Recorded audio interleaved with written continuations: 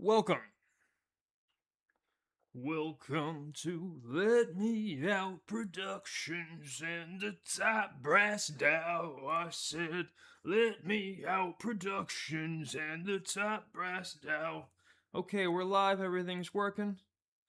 Everything is working. Good. I'm in good spirits today.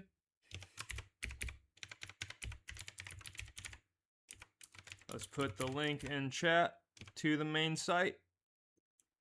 Hi, everybody. Welcome to part 5 of Chopped Unk Kimani Okearah applies to Streamer University down there with Kai Sanat. And I'm doing so with the anticipation that I might be considered, but I'm a very long shot at actually going. So, never let it be said I didn't throw my hat in the ring. It's increasingly making the rounds around the business of show business, that I am one of the chat daddies, in fact, of the internet. I launched a show 13 years ago called TYT Community, October 24th, 2012. And this, as a producer and a cognitive linguist, is something I like to hang my hat on. It's a publishing framework, Streaming Chat-Interactive Deliverables.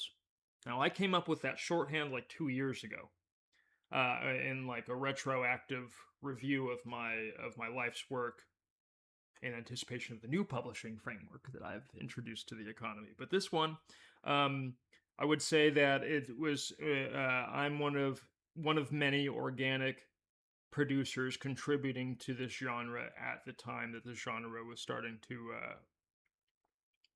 form. I'm not claiming origin. I'm not claiming like, oh, I started doing this and everybody copied me. No, that's not at all what's going on. The most important thing that we can do right now is to re-engage the American people in the process of governance, to get them excited and interested again in what works. Hi, my name's Kimani David. I'm the Young Turks community ambassador, and this is the first ever episode of TYT Community, in which we have community members from all over the country, all over the world, come talk about important issues. This is Hi, Chat everybody. Daddy. Would you guys introduce yourselves? Hi, I'm Jeff The Walner. entire genre had to TYT start community somewhere, member, obviously. and this is one of the I'm origin from Michigan, points. One of them. That's it. I'm Kevin Wayne, TYT community member from Florida. Today we're going to be talking about the RNC, among other things, and the general issues with the Republican platform, how Republicans present themselves, and how that's not a winning strategy. First, we're going to start. Point is, we're looking at audience interactive clips that then go out to farm views. Howard Stern was doing that in the 2000s. Sam Cedar comes to mind as a pioneer in this as well. I think we started doing Chat Interactive as a show around the same time. I was challenged to find a way to bridge the audience into the main show with more presence. And this was my idea for it. I said, okay, well, I'm the community ambassador, I'm a producer, why not produce a show where I'm direct with the community and I'm just hosting the show with the community as though we're a panel together. We're all the hosts of the show. So this frame's weird because, but anyway, this is back in the day before Twitch, before YouTube, not before YouTube, but before they had what we have today. The chat scroll over here and the chat on screen, and then the host is reading live comments from chat and doing that for hours and hours and hours and just watching stuff back. Back in the day, you weren't reading comments from chat. You'd invite them up on the show with you, and they'd sit and panel the show with you. At least a few select members, and then you'd have the actual chat interactive. But anyway, neither here nor there. It's one of the origin points of the entire genre. And if in the sense of like Black pioneering, Afro-Indigenous pioneering, this is pretty cool. I think it's pretty cool. That said, the entire genre of chat, the entire streaming everything would exist whether or not I did this. So that's why I say I'm not material to the outcomes today. As a cognitive linguist and as a scientist demonstrating a publishing framework before anybody else was doing it, hosting a show with chat, cutting it into the clips, a clip farm over here. That is just, hey, cool. Innovated a publishing framework back in 2012. Didn't write a paper, didn't define it, didn't put it to market in any existing form other than this. This is it. And so, TYT community, October 24th, 2012. I'm not, this is such a small piece of my career that it's not really relevant to where I'm at today. It's cool. Hey, Streaming Chat-Interactive Deliverables as a publishing framework, as a market framework for media. Awesome. As a cognitive linguist, we study the perception, creation, and delivery of meaning. Meaning is perceived, created, and delivered through modular units. In most cases, we have graphemes, morphemes, and phonemes. Graphemes are the smallest unit of written expression. Morphemes are the smallest unit of meaning, and phonemes are the smallest unit of sound. Linguistics 101. Okay. So when you say my name, don't call me Kim. Call me Kimani. That's a borrowed and twisted joke from my stand-up set a few months back. Shout out Johnny Taylor Jr., who actually, one of the best coaches in stand-up because he actually taught me how to do a set. First time in my life I was able to actually do a set. I think it was 5 minutes and 34 seconds. And I got laughs, I felt good, I felt comfortable. That's the main thing, is Johnny, when you go to one of Johnny Taylor Jr.'s storytelling classes, you're going to feel comfortable. He's not going to coddle you. Don't go there expecting to be coddled. But he'll make you feel comfortable. Let's load him up for context. Now, I want to be absolutely clear. One of the things for co-publishing, Press Pass, season 1 of Press Pass, has Johnny Taylor Jr. in a lead role. And if he puts a ring on it, I'll put his wife in there as well.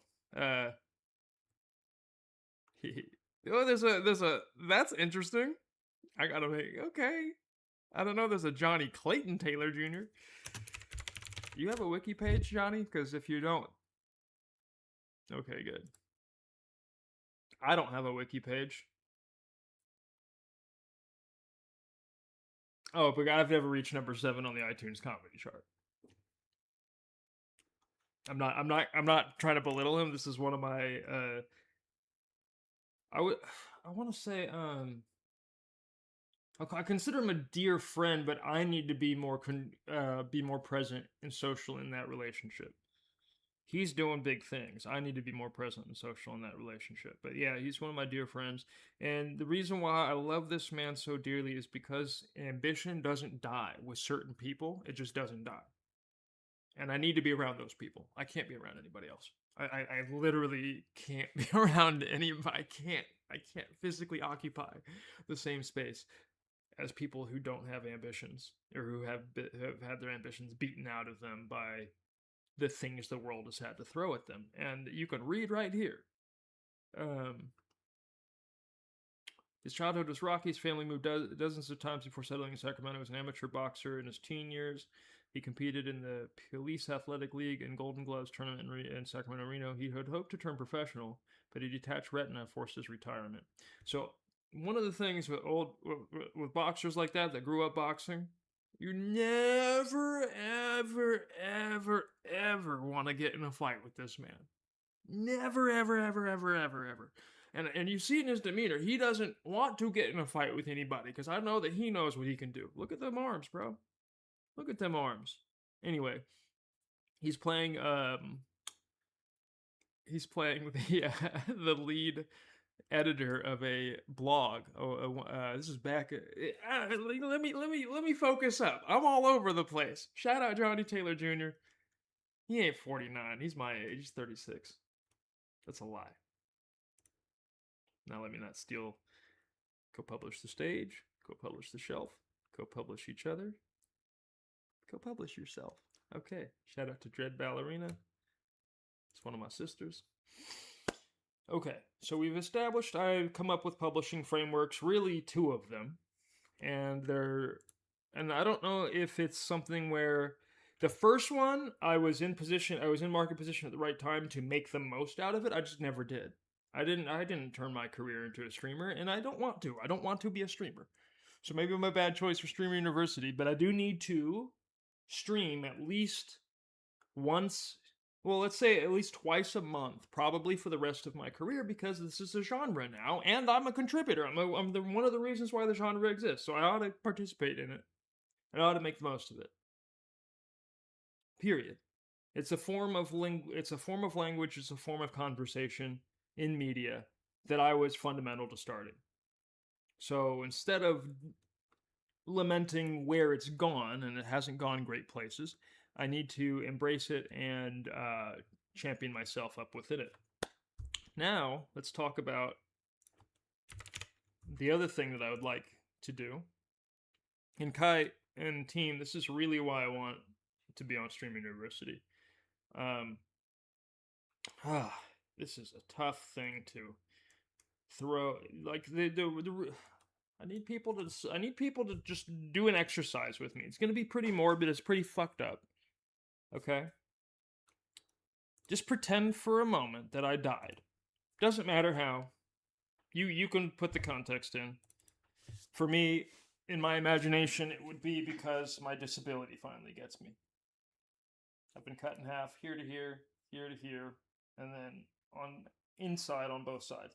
If you kind of look, it kind of looks like the hill of Calvary. So here's scar 1 is kind of obscured by a happy trail, but if you look real closely, you can see. And then here's scar 2, so that forms a cross. Okay, and then there's another cross over here. Okay, and there's another one over here.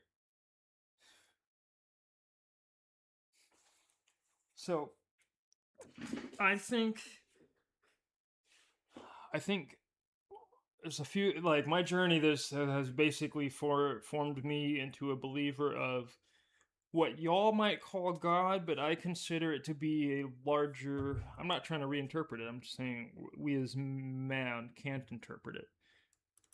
So it's a larger energy that contains the creator, but also contains every soul that's ever existed, if that makes sense.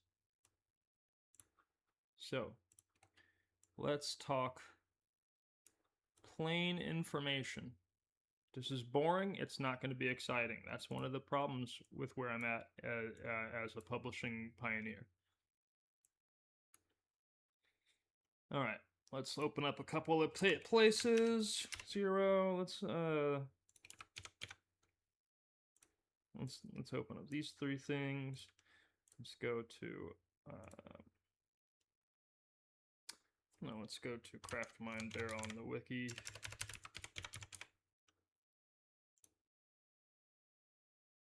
I found a decentralized, completely third-party, it's all Web 2 wiki called Mirahese. And what we're going to do is we're going to set up a bridge so everything that goes to fandom also goes to Mirahese. So we basically have a mirrored experience. If people don't want to fandom's a corporate-owned company. I looked up their parent company the other day. It's Texas Group. Shout out to them, by the way. I want no. Don't call me a toe slurper of no corporation. That's not what I'm doing. What I'm saying is, I've been effed with a million ways to Sunday by corporations and fiduciary obligated platforms that think that they have to prevent collective publishing. And here I am, using a co-publishing resource that is a corporate resource expressed by, what is it? It's TPG, I think. TPG Incorporated. Private equity firm. Texas Pacific Group. This is who owns fandom. And they're letting, because it would be a conspiracy to limit competition otherwise if they didn't let me publish my intellectual property, and share the intellectual property with everybody. This is so cool. All right, this is the provenance in the co-publishing of a brand. This specific publishing title doesn't have a market expression, but 71 does, so that's what I will use. 71 Red Sea.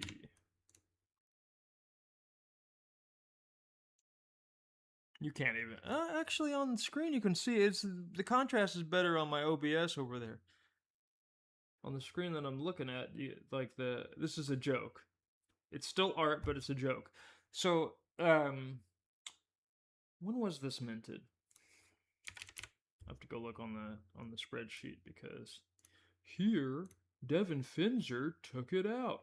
It doesn't say when it's minted because OpenSea's hiding that. It's all good though.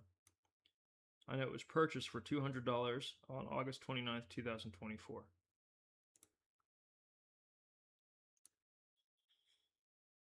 Okay, when was Red Sea minted? Yeah, I knew it was a June piece because I did all the solid pieces in June. June 22nd, 2021. So by now, June 22nd, 2021, I'd already been producing these publishing titles for 3 months. We're on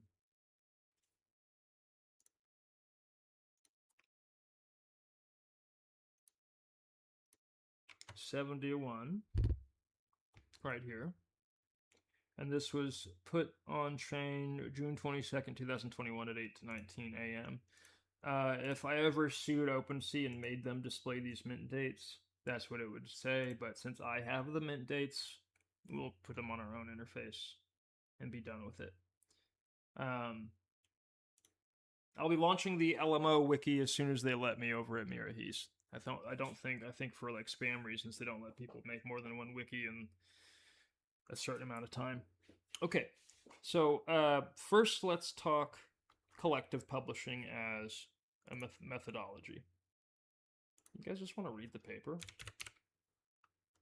Have I ever done that? Have I ever done a stream where I've just sat and read the paper and explained every piece and demonstrated every piece? I don't think I've done that.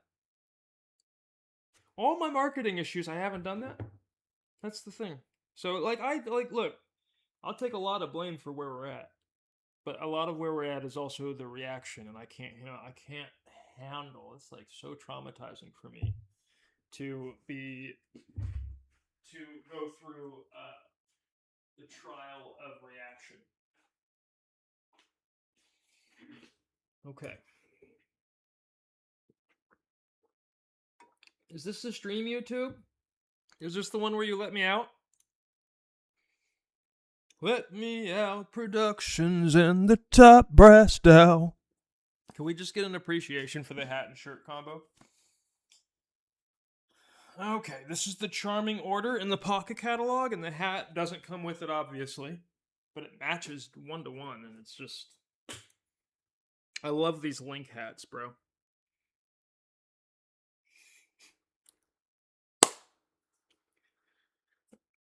12-year-old me would be in love with 36-year-old me. Oh, I would think I was the coolest person ever. The only difference, I think, the only setback that I have in my life is money, because I just don't do debt, and I don't gamble. And it's a gambler's market right now.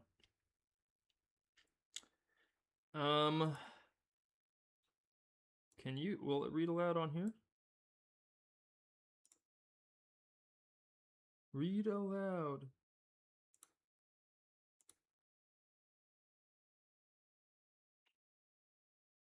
Oh, it does do that. Can I just do the whole thing?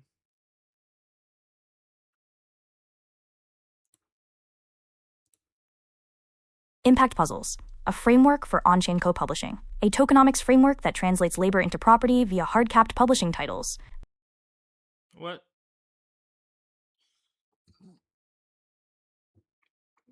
Can I select the voice? Does it have to be Polly Pocket over there? Google, can you guys, 1, buy my personal agency deed, and then 2, hire me for a voice training session? I would love to be a voice on it on Google Drive. Are you serious? No, wait. Actually, let me, because we have to say anything, right? Like we have to say the slurs and everything. That's got me in a bit of a rub.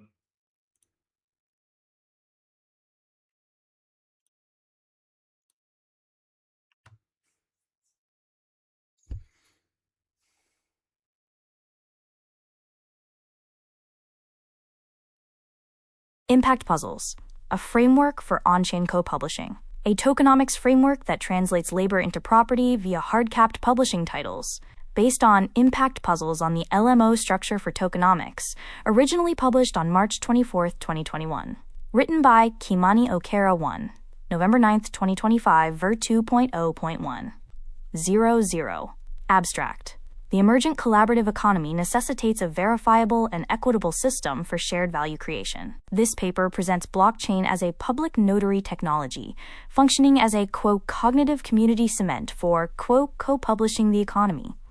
Drawing from a cognitive linguistic perspective, we detail a tokenomics framework, the impact puzzle, that transforms a wider intellectual property container, traditionally transacted as one unit, into modular, co-publishable units of titled property that result in the existence of the wider container. We illustrate how this notarized system comprehensively addresses critical economic challenges, including precise ownership attribution, fair profit distribution, content distribution, decentralized crowdfunding, and the immutable enforcement of rights. By ensuring permanent provenance and fostering genuine community engagement, this model offers a significant advancement in the transparent and equitable generation of collective economic value. All scales of economic collaboration can and should be measured as an impact puzzle in human linguistic behavior. True. 0.1 Ethical AI Library Co-Publishing. Furthermore... Okay. I'm going to go through that line by line because... in my application to Streamer University, I'm trying to explain that I am a publishing framework guy. I'm a structure guy. I am fundamental to the structure of sitting down as a host, interacting with chat as a show, and then clipping that show out to make money from it. I'm fundamental to that. Maybe that would exist without me. Probably it would exist without me. But there is a key figure who does exactly that may not exist without me, and that's Hassan Piker. And that's fun. That's just a fun thing. That's a fun little thing, because he lied about what a non-fungible token is and does in the economy to hide the fact that I am the publisher behind TYT Community, and I'm the pioneer publisher behind notarized co-publishing of puzzle-structured assets. So Shiba Farms Foundation, shout out to Shiba Farms Foundation. They own number 71. Let's go line by line over the abstract and make sure everybody understands what we're talking about. The emergent collaborative economy necessitates a verifiable and equitable system for shared value creation. So we all are transitioning into a collaborative economy, whether you like it or not. Which means that all of our published results, our outcomes, our data, our published results are being scraped and gathered into pools that then feed artificial intelligence, and then the artificial intelligence expresses that data, expresses those outcomes in commercial ways. If you are contributing to those outcomes, you also need to be included in the commercial expression.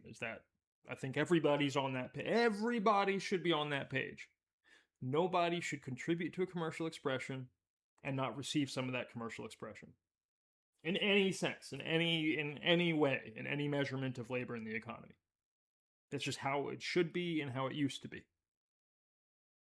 At least in certain cultures and certain pockets of the world. This paper, when we're talking about impact puzzles on the almost structure for tokenomics, presents blockchain as a public notary technology, functioning as a cognitive community cement for co-publishing the economy.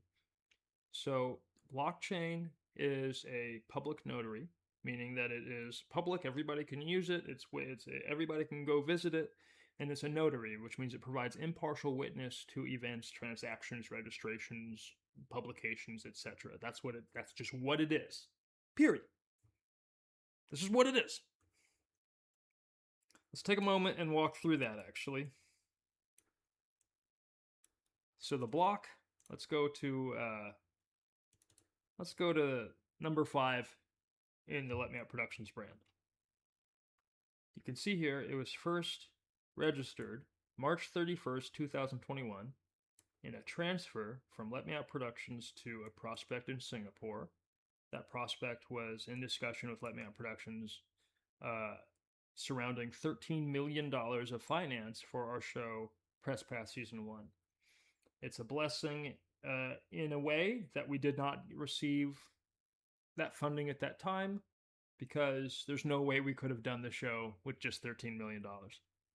I know that sounds crazy, but we're doing a 24-episode sports mockumentary surrounding the sports media professionals covering the worst professional basketball team of all time. Shout out to my Hollywood protectors. I'm ready to go when you guys are. All that time it's costing us is cast choices.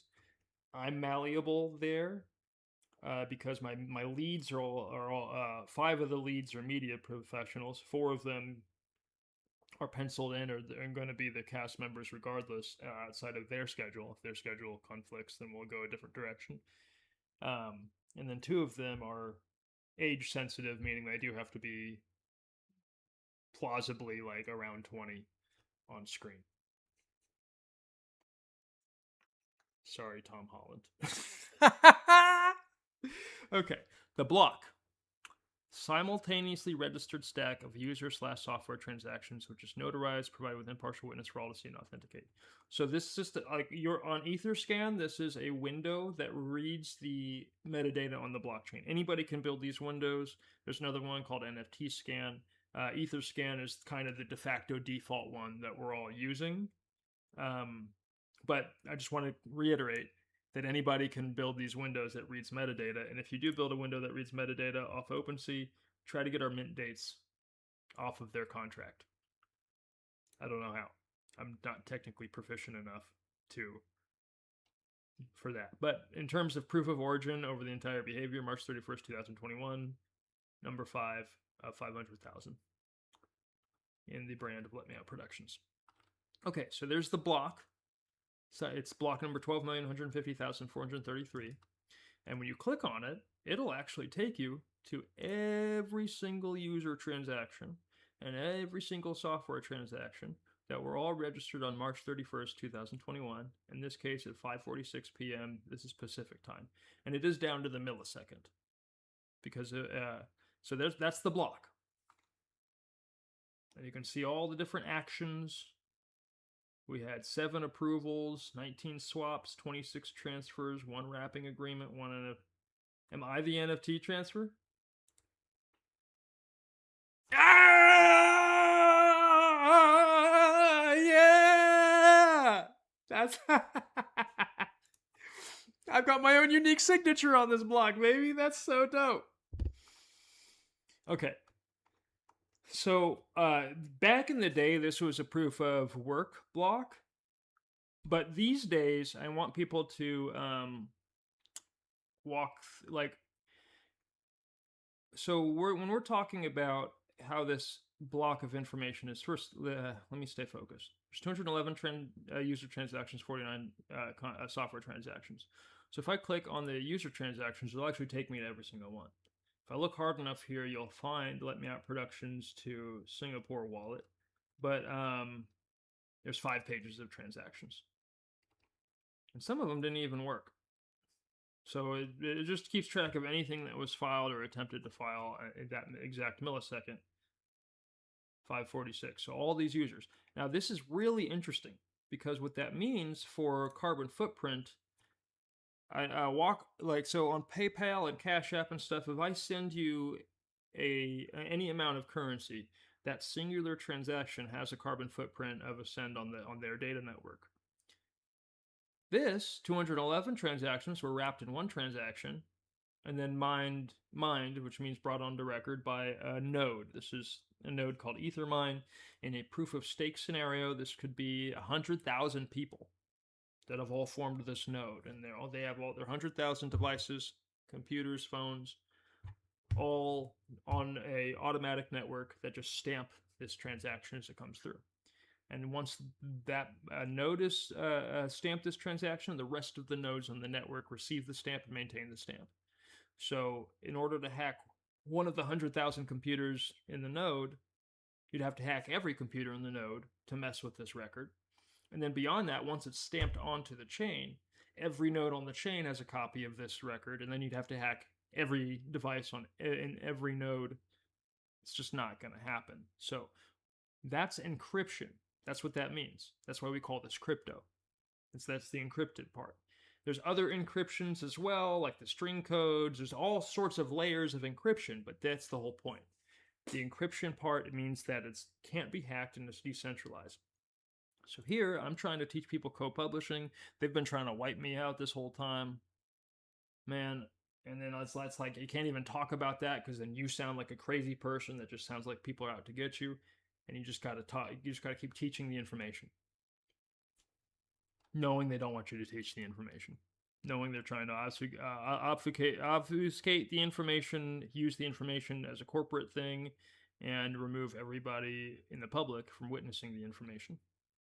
But let me stay focused. So that's the block, right? So we go through the block, 12,150,000, 210 other transactions in there from other users at that time, and then 49 software transactions. So let's get back into this block. The chain is the chronological record of blocks in the order they're recorded. Now, Ethereum, I believe, does, was it every 12 milliseconds apart? Every block? So 546.04, then you have 546.16, and then you have 546. Oh, okay. It's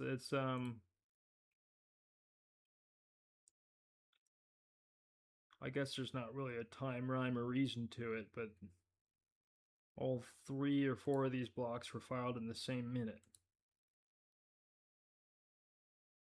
That's 5 blocks filed in the same minute. On March 31st, 2021, which is and each block has around 200 transactions. So that's 1,000 transactions in a minute with 5 carbon footprints. That's incredible. That's incredible. Now, this is why this is really important information to learn instead of just react to what influencers are telling you because they're lying to you. Okay, so this is why this is important. Ethereum is a green blockchain. The proof-of-stake consensus mechanism uses Ethereum instead of energy to secure the network. All that means is that users are paying these nodes. Look, 5.49 Ethereum is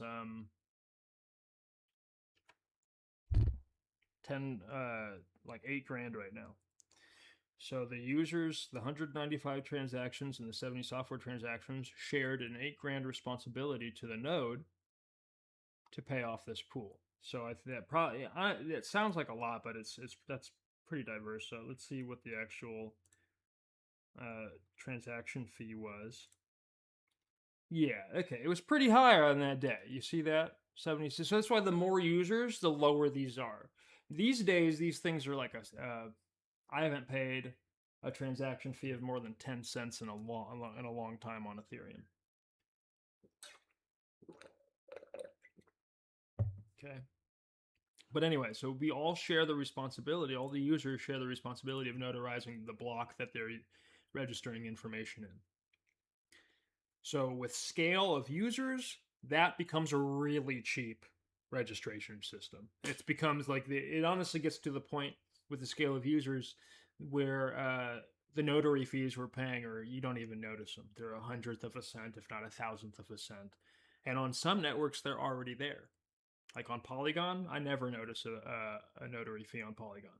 So for Black people, I tell them, if you're going to build these community gardens, these impact puzzles to co-publish, use Polygon. use Polygon. There's a lot of funding there too, because nobody's building there. That community wants to build. I know it's a big chain in South Asia. In the South Asian community, Polygon is doing really well. That's why they're sustainable. But here in the United States, it's a slept-on resource, and it's just wide open to be adopted by Black people. And anybody can start a blockchain too. There's some resource that you need to align. So anyway, 5 years after I transferred it to this guy, he transferred it to his backup wallet. So clearly, it's an important piece to him. And so let's keep it going. We talked about the block, the simultaneously registered stack of user/software transactions, which are notarized for all to see and authenticate. We talked about the chain, which is the chronological record of blocks in the order they're recorded. And we talked about crypto, which is not a word I would use, but it does just mean that the authentication of the event or the existence is encrypted. That's just what it means. The value is encrypted, the transfer protocol is encrypted, the registration is encrypted, the data is encrypted, the maintenance of the data is encrypted. That's just what it means. Now, as humans, we can choose to call the entire thing something different, as I would prefer. It's just public notarization that is encrypted. But for some reason, and it is for the gamblers,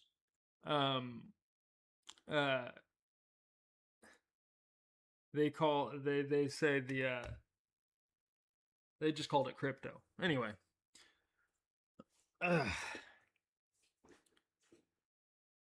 A token, which is technically what this is, NFT is non-fungible token, which means it's the unique to proof. A token simply means proof. So a fungible token is a same as next proof. A dollar bill or a quarter or a penny is the same as a fungible token of value in American currency. A pound sterling, a euro, a rupee, a peso. All of these things are fungible tokens of value in their state currency, which means that no matter what the perceived value of the currency is, each unit of it has the same value as the next. A non-fungible token is unique to proof. So here, I'll just call them Singapore. That's fine. Millions upon millions of people in Singapore. So Singapore here has a unique to proof title to number 5, the 5th publishing title in Let Me Out Productions brand. Okay? I guess we can talk about what that does now. Yeah, that's a huge conversation. I'll load that and note it to go back to it. So they have a unique to proof title to publish the 5th piece of Let Me Out Productions brand. So this is not new stuff. Like having a unique to proof piece of something, a unique to proof that you show that you own. You use it for your car. In most societies, I think, if a law enforcement pulls you over, you have to prove ownership of that vehicle. So here in the United States, we have a paper title that you pull out that's registered with the state, and it proves that you own that vehicle and that you are legally allowed to drive and possess that vehicle. It's the same exact thing. In this case, the title to your car wouldn't be on a public ledger for all to see. I think maybe there's some elements of the of public ledger that the state maintains where people can look up who owns what. That feels a bit stalkerish to me. I don't think that would be a thing. But yeah, Let Me Out Productions, number 5 of 80,000. Public-facing publishing titles. There's 500,000 overall in the brand, and it was filed in block 12,150,433, stamped into ownership March 31st. The proof of origin of this publishing behavior and this brand building behavior. So the non-fungible token becomes a publishing title. It titles what is published within the token as property. So here you have an image, you have an ownership assignment that's clarified in the deed. The ownership assignment and the actual label of the piece is incorrect because I had a macro copying from a spreadsheet into the form fill, and I didn't adjust the decimal on the spreadsheet. And so 23 of our publishing titles in the brand, including number 5, have a typo in the label, which makes them rare. It doesn't change the ownership assigned to the title. That's actually done through a whole different legal process through a deed, which is, you can read. The deed to Let Me Out Productions. Deed of partnership. Does the NFT scan one work, or is that one still...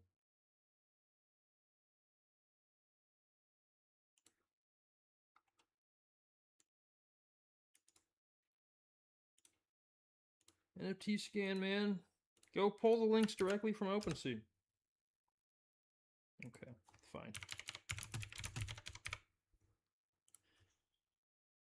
Oh, man. Oh, this is the Wayback Machine from first filing. Okay, no, yeah, I like this because this is September 29th, 2022. I started... This is about the time these folks started messing with me heavy, so I started using the archive.org to back up certain pages. Okay, can we read the deed here? How many tokens were registered in this early deed? I got up to 269? Okay. There's 370, I think, now in the deed. We're doing 500,000. Although 1 through 80,000 will be listed by name, and then the other ones will be blocked and issued to these parties of laborers in the brand. Yeah, let's just share the original one from the Wayback Machine. Put that in chat. Since journalists want to do their job years after the fact. Yeah, that is shade. You deserve it. Okay. Limited deed of partnership. And if you're buying a piece of the brand to publish, there's 15 outcomes that you publish. A couple of them are repeatable for the lifetime of ownership, including stating to your kids or transferring within family. So, like, it is very much property that you can use over and over and over and over and over and over and over again. But we're talking about intellectual property now, and expressing intellectual property into the market within, like, a box with terms and conditions and the ways that you can use it. Just the same way that, like, you'd buy something at the store. You're buying, like, a board game at the store, and it says, hey, there's pieces in the box that are too small for kids 5 and under. And then you let a bunch of 3-year-olds play with it, and one of them swallows a piece. Well, that's your fault. It clearly says on the box what the proper way to use it. So, okay, let's get back to here. So the NFT becomes the publishing title. It titles what is published within the token as property, and property is something the owner has authority over. Now, the creator of the wider body of the property can clarify what authorities the property comes with. That happens all the time. Nintendo is famous for this. You buy a video game at Nintendo and you want to host a tournament, a paid tournament, you have to go through a whole official process for that. You can't just express a tournament from your property that you own. You own the game. You have the physical copy. But you can't commercially express a tournament from your physical copy of the game because it violates the way the property's formed. This already exists. This already is a thing. This isn't new. So it's the same thing. We're just going to apply those same market principles to intellectual property and brand publishing titles and product publishing titles, service publishing titles, experience publishing titles, literature, media, software, hardware, set of logistics, data pools. I can go on and on and on. Point is, every contribution to a wider body of existence should be reflected with ownership of that specific contribution. That ownership should anchor a market due from any commercial expression of that contribution. And we need to set up infrastructure, accounting, default, de facto behavior for this now, today, because we're already mailed out to the wind. Okay, we're already. Let's see if it'll work today.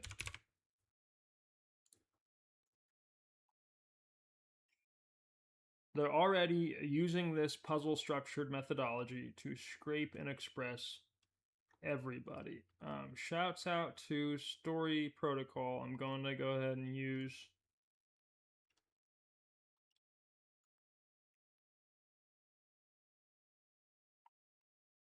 Again, what I would say to Story is just pay me the due, and I don't ever have to come visit this ever again.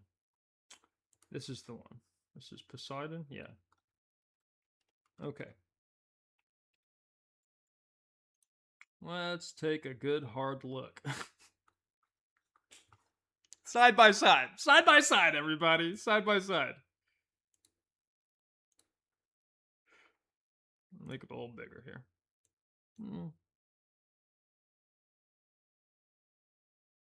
Can I make you smaller?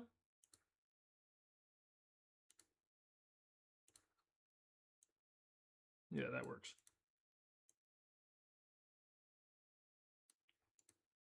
Okay. Side by side, let's look at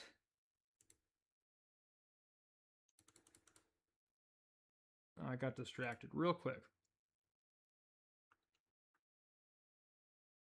Actually, let's let Miss Lady read the next bit because it's relevant to what we're about to talk about.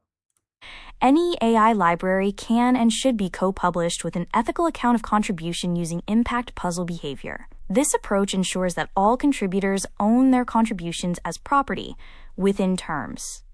All contributors to the AI library are considered co-publishers and are fairly compensated for their specific contributions, fostering a collaborative and equitable environment. By leveraging blockchain technology, this model provides a transparent and secure system for managing contributions and ensuring that earnings are distributed accordingly. We suspect that this ethical accounting is already happening in some contexts, but contributors are often left out of the benefits generated by their contributions on the market. Our aim is to correct this by implementing a structured and transparent system that recognizes and rewards all contributors, which are co-publishers. Now, let's go revisit our friends at Story Protocol. This is a brand. The brand is composed of 500,000 of these modular units that I'm hovering over. In fact, it's this way. To my left over here, your left, that you're looking at, to the immediate ones, the two GIFs that are there, those are the publishing titles in Season 1 of Press Pass. And then the three to the left of that are publishing titles in the brand. So the 5 plots of the featured publishing title section there to my left has 5 publishing titles from various things. 3 of them from the brand, well, 6 of them really on rotation. And then 2 of them from the show. The only 2 from Season 1 of Press Pass. Okay. So you think about an existence of a property. Same thing that Shark Tank does. I have a metaphor here. I have a box. You can use it. Think of the existence that I form a brand.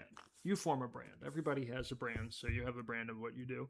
That's an intellectual property, and everybody right now is thinking of their intellectual property as one unit that they own, they have to prove to the market, and then once they prove it to the market, they will sell out their one unit to some corporation that will buy it and commercially express it in a maximized way.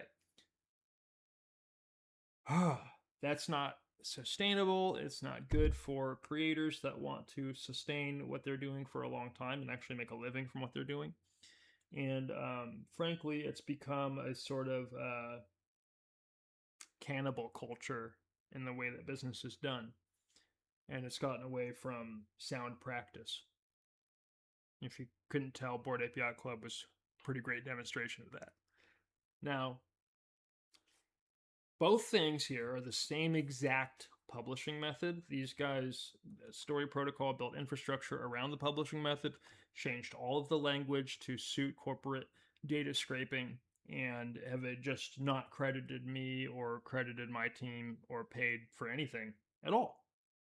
So in the same way that they're scraping you and expressing you into the commercial expressions, they've done it to me with the accounting system. It is dog shit. It is slavery. This is now fiduciary obligation has blown all regulations out of the water, and now we're full on enslaving people in real time.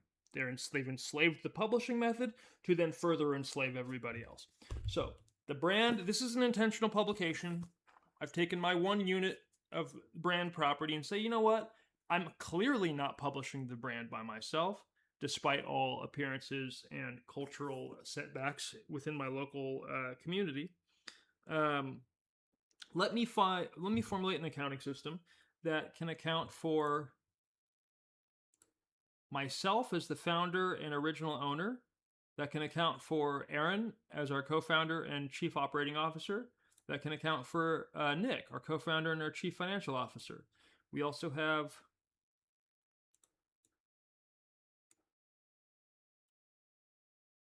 eight founding regents, including the chairperson of the board, and I believe that's 7 founding advisors. 1, 2, 3, 4, 5, 6, 7, 8. 8 founding advisors. We also have the top brass DAO, which is all of you guys that are publishing the brand. We have collectible seats on the creative board, so people that commit to 20,000 or more publishing titles can actually earn their way up to a seat on the creative board. And then we have 2 ceremonial founders that were part of the 2007 effort of Let Me Out Productions, but made it very clear with written documentation in early 2021 that they wanted nothing to do, not with us, not with this, not with this. They were, they weren't looking at this. They were trying to punish me for this. They wanted nothing to do with this.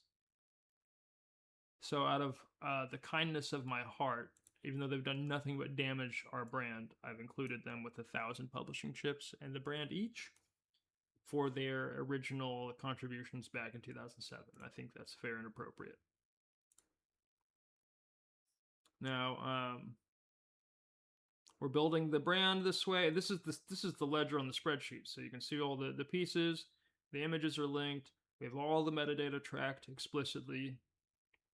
I don't know why people, that's neither here nor there.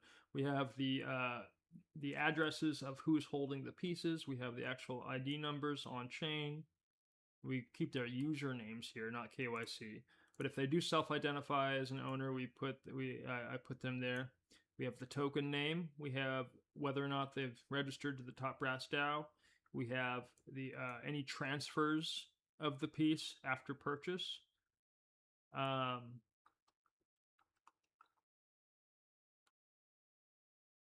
I believe this is supposed to be the U.S. monetary value of the piece when it's sold.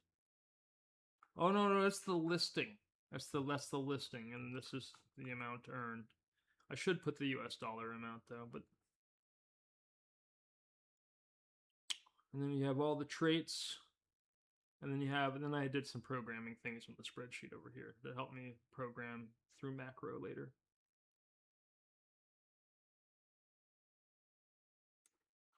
I forgot about these. Does this still function? Yeah, no, it doesn't. Okay.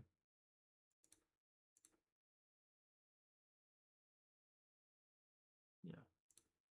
That's fine. Okay. So we are building, let me look at the brand valuation so you guys can see. Here's piece number 1. And then all the way at the bottom here, this is the public-facing piece of the brand. Here's piece number 80,000. So 80,000 is on schedule right now. If it were released today, it would be listed for $127,000 thereabouts. And you'd have to consider as a purchaser whether or not you'd want to spend $127,000 on a piece of publishable property in the brand of Let Me Out Productions.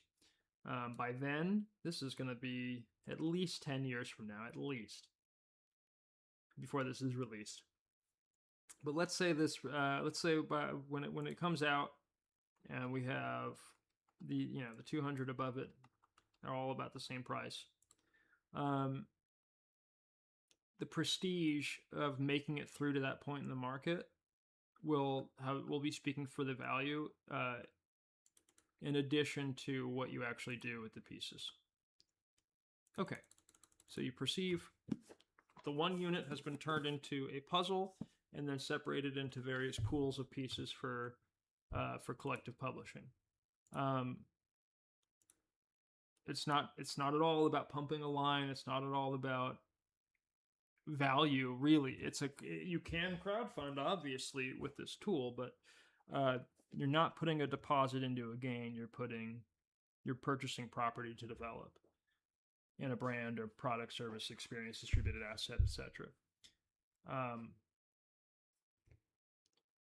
Yeah, and I'm starting to crash out a little bit less. It's been a hard market. It's been tough. It's been a tough stuff.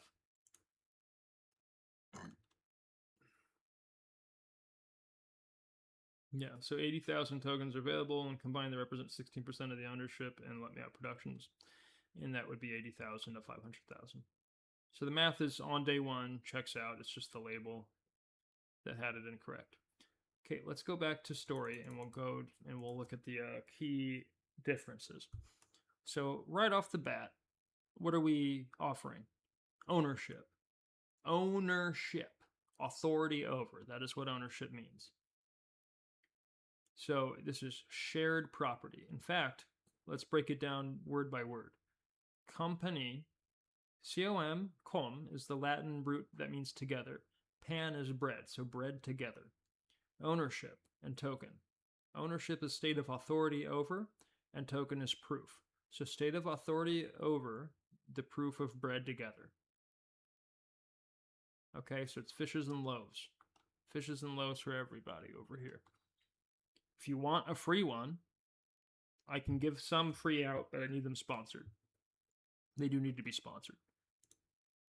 And it's been a while since I've had a sponsored piece. But this is $115. I actually know who to give this to if somebody were to sponsor this. Her name's Maria. She has a co-publication ready to go. She actually wants this one. This is the one that she wants, so it's $117. And I will put it in chat. I will put my, let's put my Cash App there. And we'll put my Venmo there.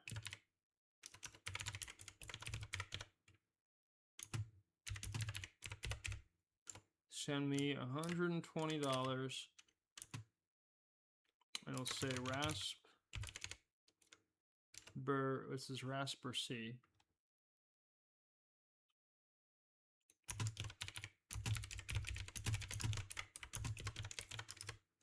Okay, put that in the note memo. So $120, Rasper C sponsor for Santa Maria. Okay, that's a co-publisher who's already involved in the Bear musical, and so we're building. This is the 74th Lego and the 500,000 piece Lego kit of Let Me Out Productions. That's what we're doing. We're building Legos with shared ownership over a shared property. So when we build the Lego kit, I don't own the Death Star. It's you. Everybody who helped owns the Death Star. And if you put in this piece, you own that piece. The overall construct exists for a purpose, and that is what we're doing. We're publishing for that purpose. So if that purpose of the overall construct conflicts with you in any sort of way, shape, or form or facet, don't publish it. Don't publish the behavior if you think the behavior is beneath you. Right? So bread together, authority over, proof. Shared property. You compare that with data campaign collection. So what's a collection? Well, who owns the collection? Who owns the collection? Is it shared by everybody who is publishing the collection, or is it collected into one unit for commercial expression by, in this case, I think it's Poseidon, a group called Poseidon, which is using this co-publishing infrastructure over at Story Protocol. They have every right to make co-publishing infrastructure. What they don't have the right to do is to challenge my linguistic precedent and ownership. And that is what they are doing. And that's where we're going to find ourselves in some guff. Real tough guff. Shared property data collection. Already, we're disparate because you're cheating everybody who's building this of their ownership and saying that, oh, Poseidon owns this, or Story owns this. There's a central owner that owns this. Here, there are central ownership components to the shared property, and we're very transparent about that. That's not on this document, that's on...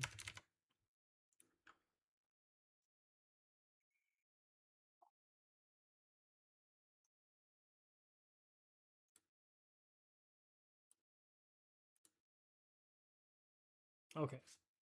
This is literally the exact allocation. Oh, let me bring up the no docs version. Some of those names may have changed. Okay, so we have Kimani Okearah as the platform founder, as the founder of the behavior, all of that. I own 23.6% of the brand of Let Me Out Productions. Poseidon or Story or whoever the hell launched this owns 100% of the campaign collection. They're not practicing this publishing behavior accurately or ethically. Let's get back to the calculator. Our co-founder, Aaron Apodaca. Let's load these folks while we're talking about them. Okay, so there I am. There's Aaron Apodaca. She owns 19% of Let Me Out Productions, 95,000 publishing titles. Our proof of labor, by the way. So every one publishing title that you purchase as a customer means 1.475 for me as the founder and the creator of the brand. I think that's slightly less than 1.5. That's a very good ratio. That is what? Are you? Whoa, that's incredible. In Press Pass, it's 3-1. So in the brand, it's 1.475 with the creator. That's pretty good. In Press Pass, it's probably going to move down to 2-1 because I got to negotiate other people in. But then we have Nick over here, Aniket Malve. He's also at 19%. Now, if you're an equity wizard out there, you're like, oh, Kimani, well, you made sure that you maintained the controlling interest and nobody else has controlling interest. Yeah, absolutely. I did not intend for Let Me Out Productions as a brand to be operating willy-nilly, being driven anywhere anybody who steps in wants it to go. There is a vision, there is a pathway, and there is a mission that we are executing. So in order to guarantee that mission, that is the guarantee of the mission. To me, this guarantees quality of the publication to everybody else, and it anchors the central liability point, even though it's a decentralized publication in many ways, shapes, and forms. Blah. We have our founding regents, and I've said this. This has been a 5-year process to date, so some of these names may have changed over time. Yeah, certainly a couple of them, now that I glance. But either way, 1, 2, 3, 4, 5, 6, 7, 8, 9. Our 9 founding regents each own 2% of the brand. 10,000 publishing titles apiece. This is not like they're super non-committal. They don't have to show up and do the daily work of prep that I have to do every day. They don't have to do any outreach outside of word of mouth. All they have to do is be ready for when this thing's ready to go. And these are the people plugged in to be ready. Our founding advisors are all at 0.5% of the brand. They have much less obligation than the founding regents. But like there's Johnny's shining out there, man. He's shining. That we also have our ceremonial founders who will be, if certain things change with their specific behaviors, they'll be equipped to be the coordinators of the third-party Top Brass DAO, which is the guarantor for the Ministry of Audience Experience. Okay, so we're collectively publishing the brand. We're doing it as a puzzle, 500,000 pieces, and ownership is the feature. Okay, this is the exercise I want people to do. Kill me. Kill me in your mind. I died. I'm not going to die in real life, but just, oh no, it's a tragedy. Kimani died and nobody cared. Nobody published him before he died. Nobody published the precedent. Let's all look into that. Let's all study it deeply as though he died. And we'll report newsworthy information to the public as though he died. And that way we can actually approach information as real journalists and then prevent him dying. Prevent him being scrubbed out from the market in unethical and dog shit ways. Blah, blah, blah, blah. Okay. Shared property versus collection. These are publishing titles, which again, they title what's within them as property, and they which is something the owner has authority over, and then they title what can be further expressed as property itself. So you think real estate, but in ideas and concepts. This socializes property ownership according to merit of contribution to the development, while limiting socialism as a market behavior in commerce to the vessel of market applied capital. We've seized the means of production while maintaining the aqueducts. If you understand the metaphor, hooray! If not, go fuck yourself. I'm not a good professor. This is a huge flaw of mine. I don't know if I'll ever be able to change it, to be honest. I'm very impatient with people not willing to meet information at its availability. Because I put work, and more work into making sure that all of the information is available for you guys to read. What I found is you don't read the information. You don't go here, you form an opinion, and you glue yourself to that opinion regardless of fact. Because the opinion allows you to transact social hierarchy, and that's the priority. It's not actually owning what you contribute to a wider property as your property. It's transacting social hierarchy against the person trying to do that and contributing to their failure because you're not helping publish anything. Like, you're not helping at all. So you're making a choice that corporations that can afford to scrape and express you as their collected property will win, because I cannot inspire through the transaction of social hierarchy you to publish results in the precedent. That's crazy. Okay. Shared property, publishing title, and you are a co-publishing owner of the property, period. In some cases, that means you have limited sovereignty over what's expressed. In some cases, it means a full sovereignty over what's expressed. In Let Me Out Productions case, we want to be a kid-friendly, so to speak, like a SpongeBob-level studio. So we say ages 11 and up. Your expressions must be appropriate within SpongeBob rules, which is very stretchy for ages 11 and up.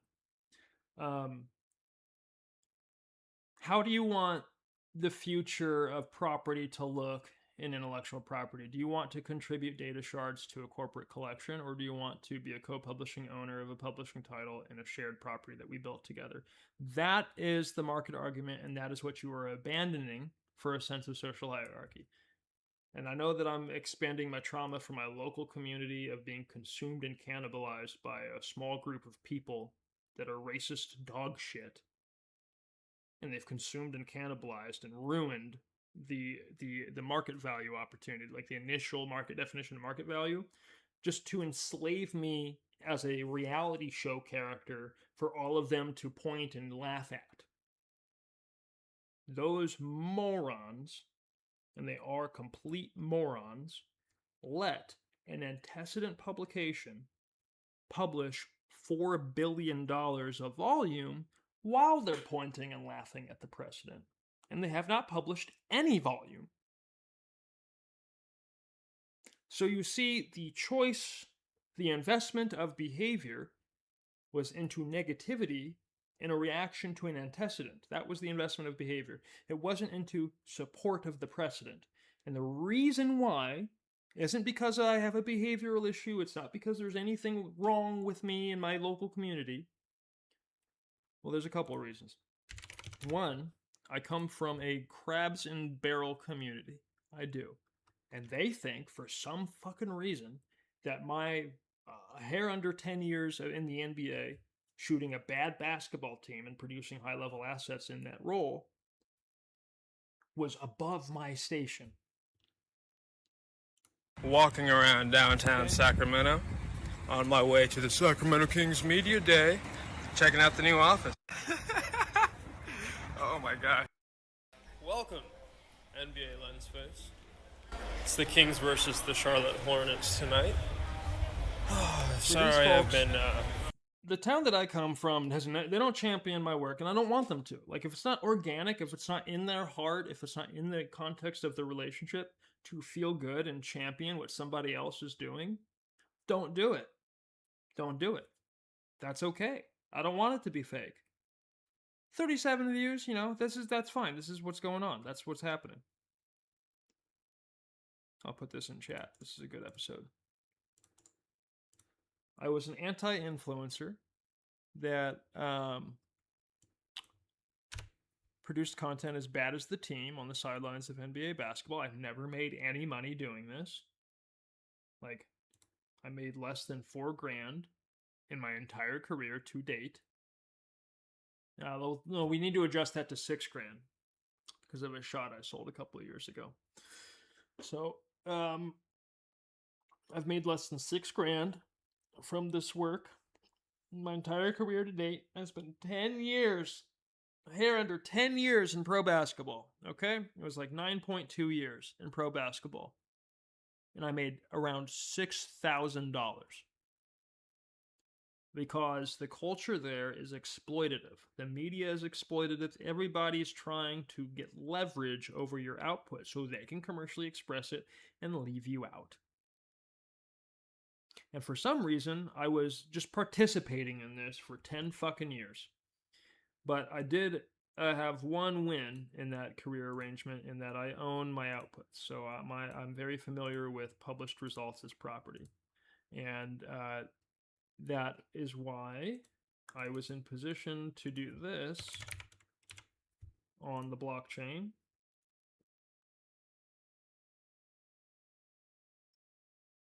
Again, this is not gonna have the mint date because it's scrubbed. Doesn't matter. This is March 23rd, 2021, originally put on the OpenSea contract, and it's 10,000 Ethereum. It may never sell, but the point is people can see that people could see Nike buying this shot. No questions asked. Today. Put it on his retirement campaign billboard. Put the shoe off to one side and just say we were witnesses, or we witnessed, or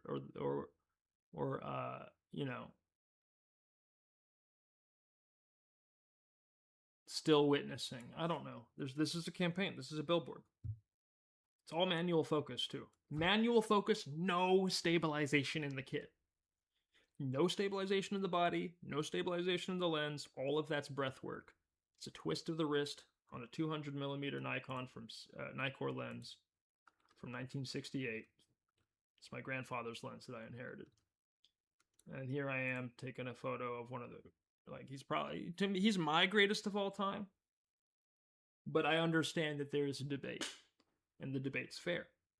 But he's my greatest of all time, and if my grandfather, who, he was watching like Will Chamberlain and stuff, if he knew that in the 70s, when he's watching Ricky Barry, he's probably a Warriors fan back then, so he'd probably watch the Rick Barry championship in person. And if he knew that that same equipment he was using back then would then be building assets in the future like this, that's good stuff, man. That's my grandfather and my foster family. His name's John Barnes. It was my mother Paula's father. And he's a photographer, photojournalist, landscape photographer, and he won a lot of competitions for his work back in the day. Okay, let's get back into what we're talking about. Real quick, the stakes are, this is the market argument, and you guys need to put money into the precedent, because the market argument is you need to form supply and demand in the market argument. The market argument is shared property versus corporate collection. The market argument is publishing title owned by a co-publishing owner versus data shard contributed by a user of the infrastructure. Which is, I want to be clear, that's already where we're at. We've been doing this, the thing that's above me, for years and years and years and years. The organization strategy of publishing that data in a puzzle structure to then build a hard-capped pool, or it doesn't even need to be hard-capped, but to organize those things as puzzle pieces to build a kit, that comes from me. And it could be like TYT community, and where I'm just like there before everybody else, and it was going to happen anyway that way.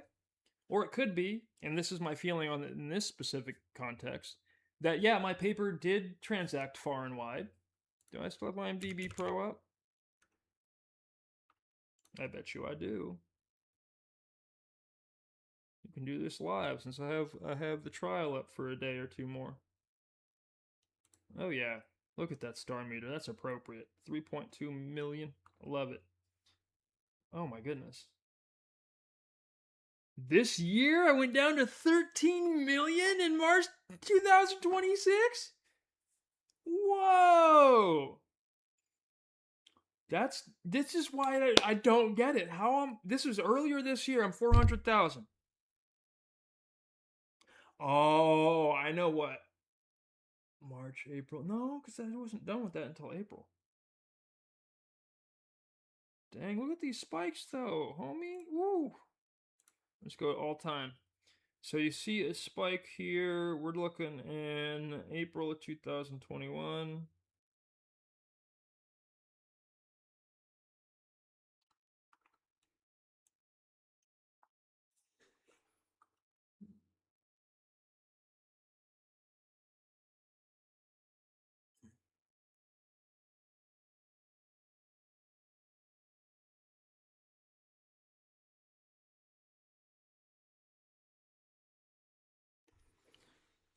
So the day I start the paper for Impact Puzzles, I'm ranked 900,000. That's interesting.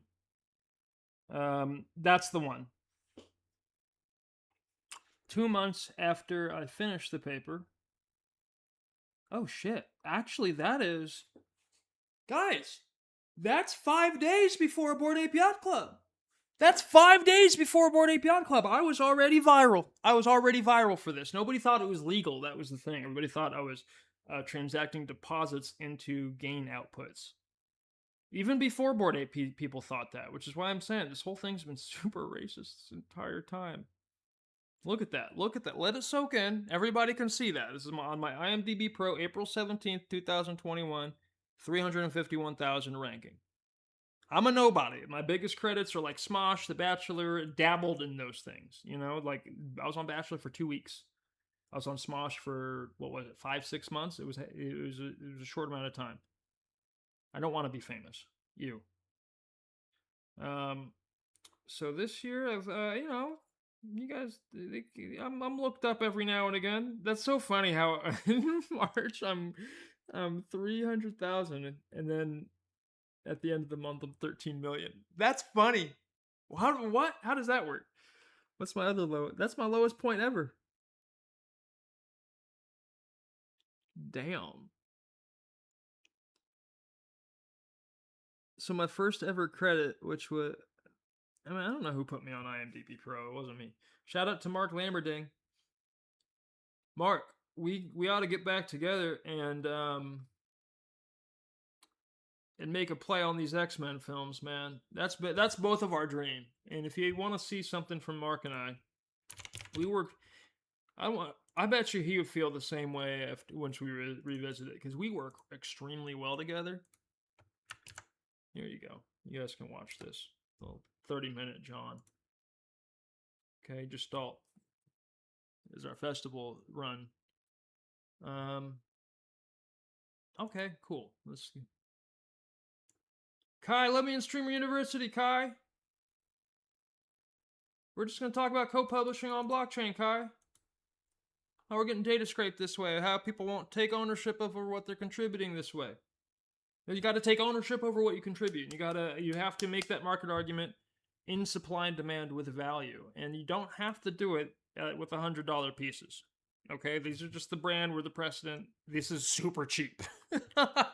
Considering Bored Apes dropped at $200 a slice, and then in 3 months they were trading at $250,000 a slice, and our schedule, the most expensive piece, will be $176,000 on our schedule. That's crazy. Anyway, buy this, but you don't have to start there. You can go. Let's go to Tranquil Garden. You can co-publish from the Bears. These things are great too. Oh, let's check out the Big Bear cheese. Okay. Now this is fun. Now I can feel that the audience and everybody had context. We're getting that clarity again in co-publishing. Again, I will be clear. The clarity should have always been there. The difference is society's super racist right now.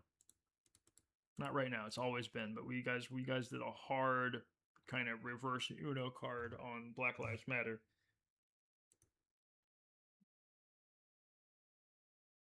Yeah, Reddit just completely messed up my subreddits, so I don't know what's going on. I don't like Reddit already, and once I run into technical issues, like, it's just maybe not the space for us at Let Me Out Productions, because I linked out to Rarible, OpenSea, and Etherscan, and they banned me. They banned my subreddits. Just for simply organizing data and linking out to the appropriate bridge points. Which took days and days and days to do, and then some fucking mod just came through and deleted it. Banned all 3 of my subreddits. Centralized publishing from dipshit fucking clowns like that pisses me off. Because it probably was a bot. It's probably, oh, you're posting the same link too many times, it banned me. And then there's no way you can't get through to a fucking human being. Reddit has always been like that. It's one of the most frustrating anything. I hate Reddit. I hate it. I hate it. I hate it. I hate it. It could be a good tool for data organization and publishing, but you guys are so insular and you're so dog shit over there. And it's like, how can I go to one Reddit that has a bunch of links for every pirated movie ever? I can go to another Reddit that has all of the, like, you can go get people's, you can go get the most sordid stuff on the internet from all these different Reddits, but I want to link out to our OpenSea tokens, and you're saying that that's a violation of Reddit policy? Yeah. Don't get sued for conspiracy to limit competition, because I'm very well versed on antitrust right now. Dog shit. Whew. Stop the crash out, Kimani. I don't have my proper medicines. If I had my proper medicines, we wouldn't be crashing out today. All right, do you guys understand the opportunity? Like the opportunity was when this was created, and that was, I tried to reserve that for my friends and family, and they turned it into a transaction of social hierarchy and perceived failure instead of just fucking helping. And it's one of the most traumatic things that you could put anybody through. Hey, would you help me? Like, it's like, would you help me with this puzzle? I invented the puzzle. Would you help me put together the first one? And everybody's like, no, we don't think it'll work. And then the second group, they put together their puzzle very quickly and they go make $4 billion. And then the same group of people that refused to help me put together the fucking puzzle are now waiting for me to make fucking money to pay them to put together the fucking puzzle. And I'm saying, no, when I make money, I'm leaving. I'm going to Argentina and I will never see you American fucking weirdos again. My God. What dog shit. You enslaved the precedent in co-publishing a brand to your opinions about an antecedent behavior, then you used your dog shit unearned opinions to refuse to help me, which means my humanity means so little to you that I am a slave objectively, subject to your opinion, not valued based on my own merit, based on my own decades of publishing experience, my own decades of research in the perception, creation, and delivery of meaning, and invented languages and invented behaviors for communicating, communication, I can't even say this. Invented languages, invented behaviors for the communication of meaning, the communication of value. Money, the money that we spend, is an invented behavior for the communication of value. So now we're collectively publishing brands, and it's an invented behavior in the communication of value. Who invented the behavior? Thank God it's on a fucking public notary. Thank God. Because if you left this up to my hometown, if you left this up to the dog shit people that I trusted to value me, they may as well have brought a shotgun into where I sit right now and blown my brains all over the fucking wall. And they would do that for glee, for social hierarchy, for the illusion that they're superior and I'm inferior. And they do that because I'm accomplished and they are not. And I don't believe that. That's not what I believe. That's what they believe, and it's in their fucking behavior. Nobody does this more than a former best friend and my dipshit little sister. Nobody does it more. They're my enemies. They are my full-blown, blood-boiling enemies because nobody has treated me more poorly than those people. Here's my life's work. Oh, I'm going to enslave your life's work for my immediate reactionary opinion based on something fucking else that's got nothing to do with you. You know what these people did? The exact same thing. Collectively publish a brand, or this is a brand. This is Musical Bears. I guess Musical Bears is kind of a brand. It's a property we're publishing at our studio, but I guess it could be a brand if it were siloed and expressed that way. They purchased a bear, and then they would try to sell it to somebody else for $10. So they buy it for $5, and somebody would try to sell it to somebody else for $10. The person would buy it for $10 and try to sell it for somebody else for $40. Somebody would buy it at $40, so on and so forth. And eventually, within a few months, these guys are trading at you can literally watch it. You can watch the thing.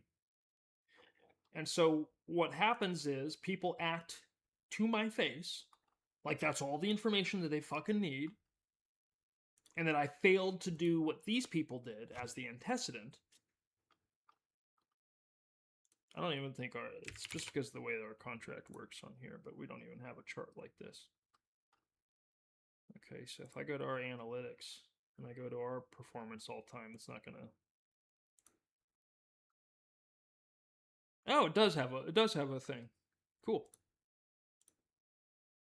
Look at that, okay?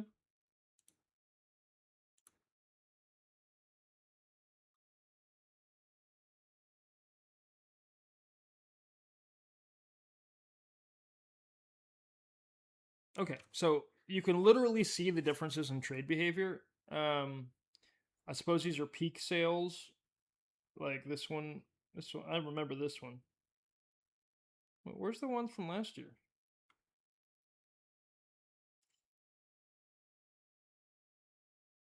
It would be one of these. That's the one. Yep, I remember this one. $2.3 million sold for on August 1st, 2025. So people will like look at the precedent in collective publishing and they'll compare it to what these guys did, and they say, oh, you failed to do that, we don't want to publish. I'm like, what the fuck? It's not about this at all. It has nothing to do with this. This has nothing to do with this. This is about published outcomes in the brand. We're collecting outcomes across from each piece. We want 80,000 installations of a certain expression. Here's the expression. Number one is we're trying to teach people how to publish this way so they can form properties and publish their properties as community gardens. So that way they're not ending up here. And they don't go through a corporate interface to publish Meta's collection or Instagram, Meta and Instagram the same. Meta, Google, X, Amazon's collection, and they're not organizing their property as data shards contributed by their community. This is dog shit. Now, when I published the method, it was open source, and I did know that corporations were going to go and try and do something like this. That's why I tried to hide it. Man, I try to hide it behind musical bears. That's what this is all about. I know you guys are transacting social hierarchy in your minds at every fucking opportunity. So I figured let me do something that doesn't transact social hierarchy. And what'll happen is we'll be able to establish the behavior with a thorough time map. And then I'll be able to earn my podium and pole position that way if the market tries to defraud and corrupt the pole and the podium. And it's exactly what they did. So again, this is we call this a sleeping camel. Okay, so it's a pump and dump, and it'll never get back to here. It just won't. They're not doing. Each ape does not produce a set of outcomes that I can then point to and say, "Hey, I published these outcomes in Bored Ape Yacht Club." What you can do is you can point to your trades. You can say, "Hey, I bought it at I bought number 33 at 404." Can I just like load that?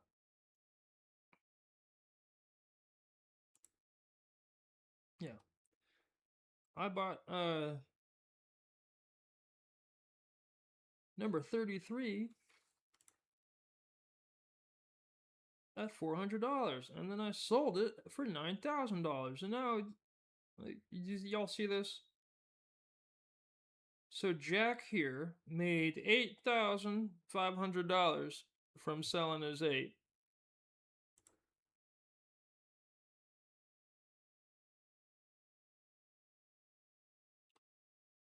And it looks like the person who bought it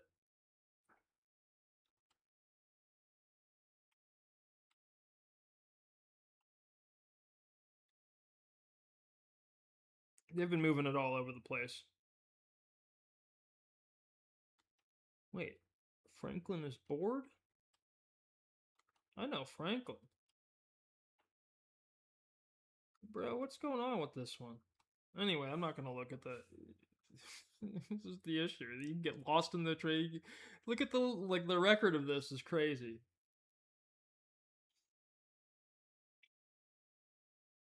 Oh, that is Franklin is bored. So Franklin bought the piece at 9,000. How much is he getting offered for it right now? What's his exit today? 13 grand. Is the top offer. Okay, so anyway, everybody thinks that's what the market is. Everybody thinks that you buy in, you put a deposit into a position, and then that deposit will increase in value, and you can sell it at a later date.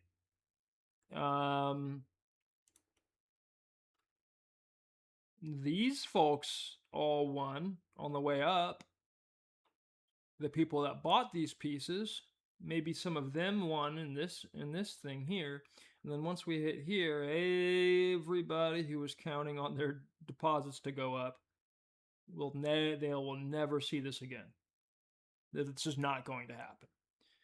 However, if you bought back here at $400 or they're $200 on the day they minted, and you're still holding today, and you see that somebody sold in last October for $1.7 million, and yeah, maybe the deposit into potential gain works for you. But let me just be clear: that is one method of publishing on the notary. Just one little gathering of human behavior, and even beyond that, we can look. 5,619 people own the Bored Apes right now, so that's a small pocket of owners. And then you can also look at the total transactions.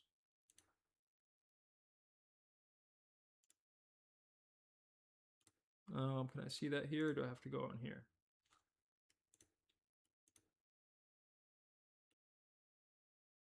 $57,000 sales all time. That's 57,000 transactions and 5,000 holders. So if that would mean that, and some of them are trading like in the group, right? So I'm talking about a group of maybe 10,000 people overall that traded Bored Ape Yacht Club to create this trade volume and pump the brand. So that's not, like, they can make anybody think anything with that narrative. Point is, this isn't, like, it's a way of publishing. I suppose you can publish through pump and dump gambling. It's not recommended because it didn't work out for most groups that did this. It worked out for maybe 3 or 4. And I wouldn't say it worked out because it's not a sustainable practice, but it did make the publishers of the initial brand quite a bit of money because they're getting 10% or 5. What's their residual? What's their royalties?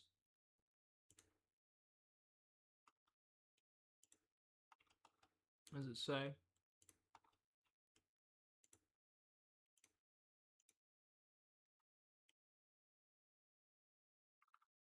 There might be, I don't know if there's royalties, but if it's 10%, then that would mean, you know, they're making money on every trade.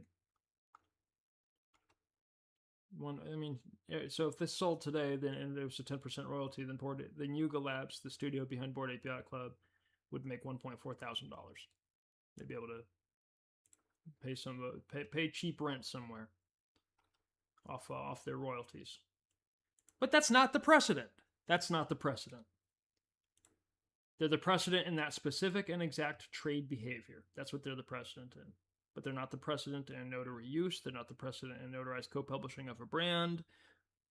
They're just a version of notarized co-publishing, and they're not. Honestly, I don't want to challenge the legality of it. The regulators in real time did try to get involved and restrict the transaction of deposit style trading. The issue becomes the art. So once you introduce the art title to a piece of art, and I'm buying the title to the piece of art, I'm no longer putting a deposit into any obligation or into any performance. Maybe that's the understood de facto market that I'm participating in as a bored ape, as a degenerate gambler. But within the legal protections, merchant consumer, like the merchant consumer definitions on the market, I'm not depositing into the potential of the art. I'm just simply purchasing the art. Now, what can you do? What can you do with what you've purchased? Here, it's an access key to many digital spaces and physical spaces that only they can go to, and ours do the same thing. And then beyond that, it seems like they're all publishing presence into the brand. Like there's not like a specific list of outcomes that Yuga Labs is looking for each ape to develop. But some of them are developing businesses with their piece. Some of them are just using their piece for merchandise and local expressions. There's not really a guided process of publishing any specific outcomes with each ape. So I don't want to even talk about the antecedent. April 22nd, 2021. March 28th, 2021. I don't want to talk about these guys. The reason I have to talk about these guys, the reason why I'm forced to talk about these guys is actually antitrust violations. Okay? That's what this is.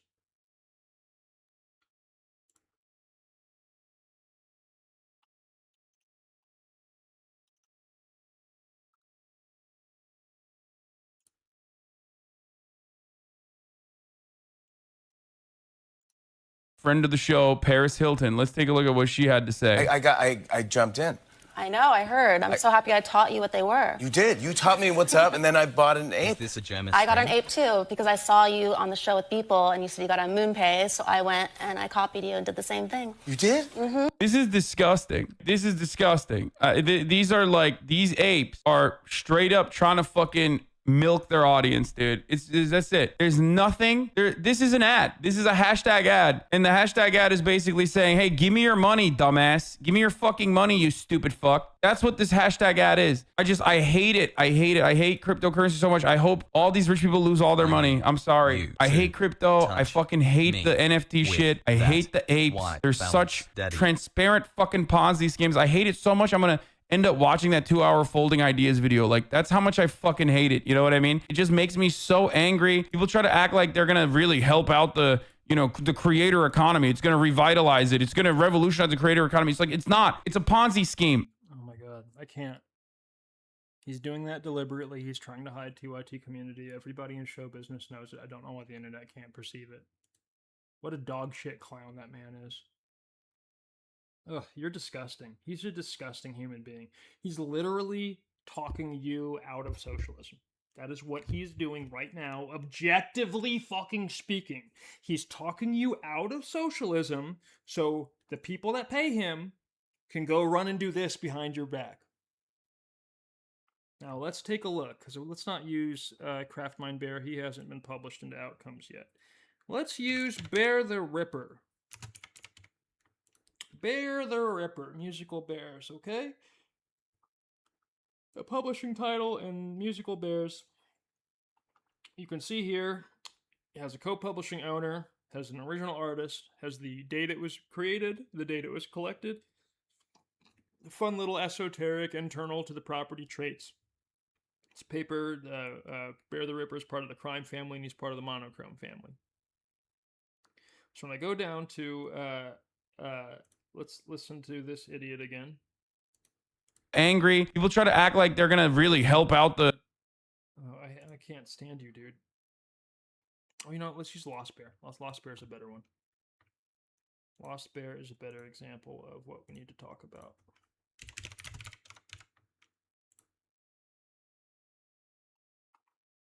Can't stand them. Okay.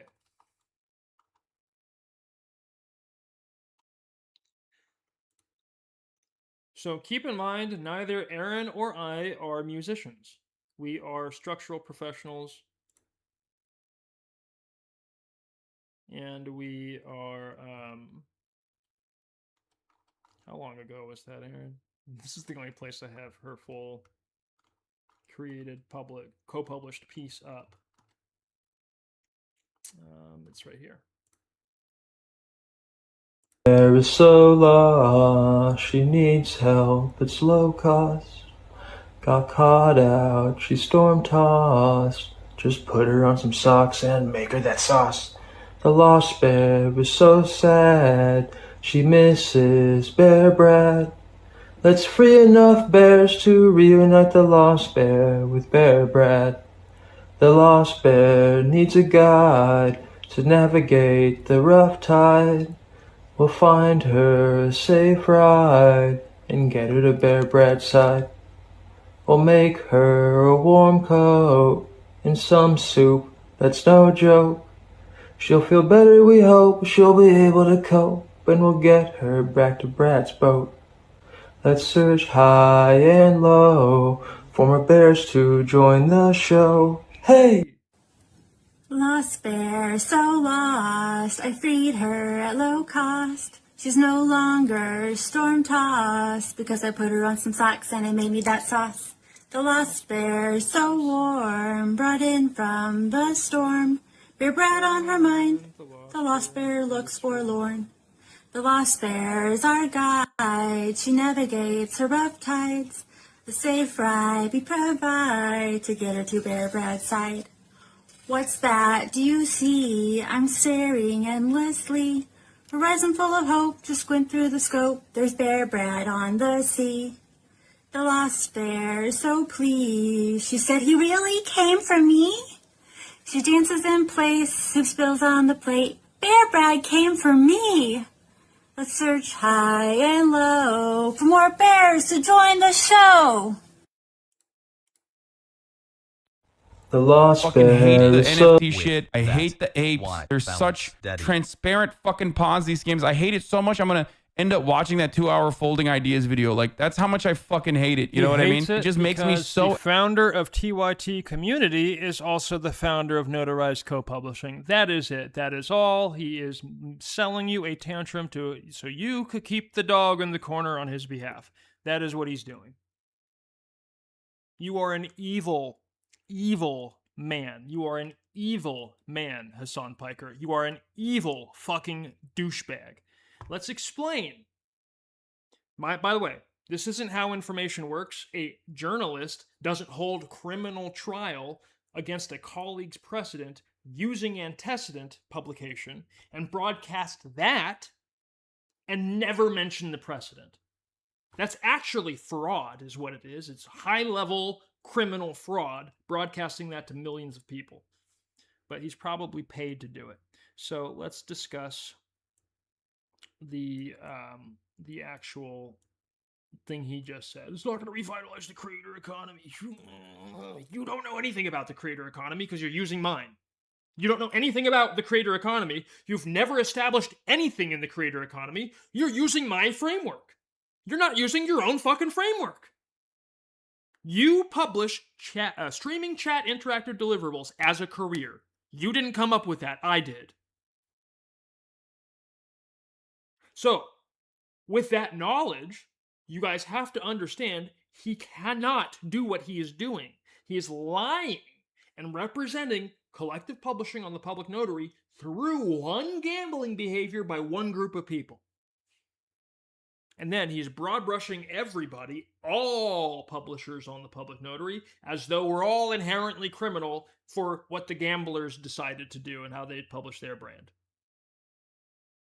And they skirted the legality of it because they're transacting art. I just explained it. He could explain that to you, but he's not. He's going to sell you a tantrum, and then you're going to turn away from blockchain and NFTs because it's part of how you transact social hierarchy. Dog shit. If I see him, I'm going to punch him in the fucking face. I have treaty-protected, I have a treaty-protected ability to do that, okay? I'm Afro-Indigenous, I'm part Native. He's stolen my property. And you should read the 1825 treaty with the Kaw Nation, Kansas people. That's what they called us back then. You have zero right to take my property, Hassan, and misrepresent it on air. You have zero right to do that. You violated 1825 treaty with an indigenous sovereign nation. Go back to Turkey. Leave the United States. Go to Turkey, where maybe the Turkish government will let you lie to their children over there. And you can go sell social hierarchy to Turkish kids and prevent information from entering the brains of Turkish children. Maybe that's what you should do. I want Hassan Piker off the fucking air. I want him out of chat streaming and interactive deliverables. He lied to people about this. Look, let's let him take it again. Let's let him take it one more time. What did you say, you fucking idiot?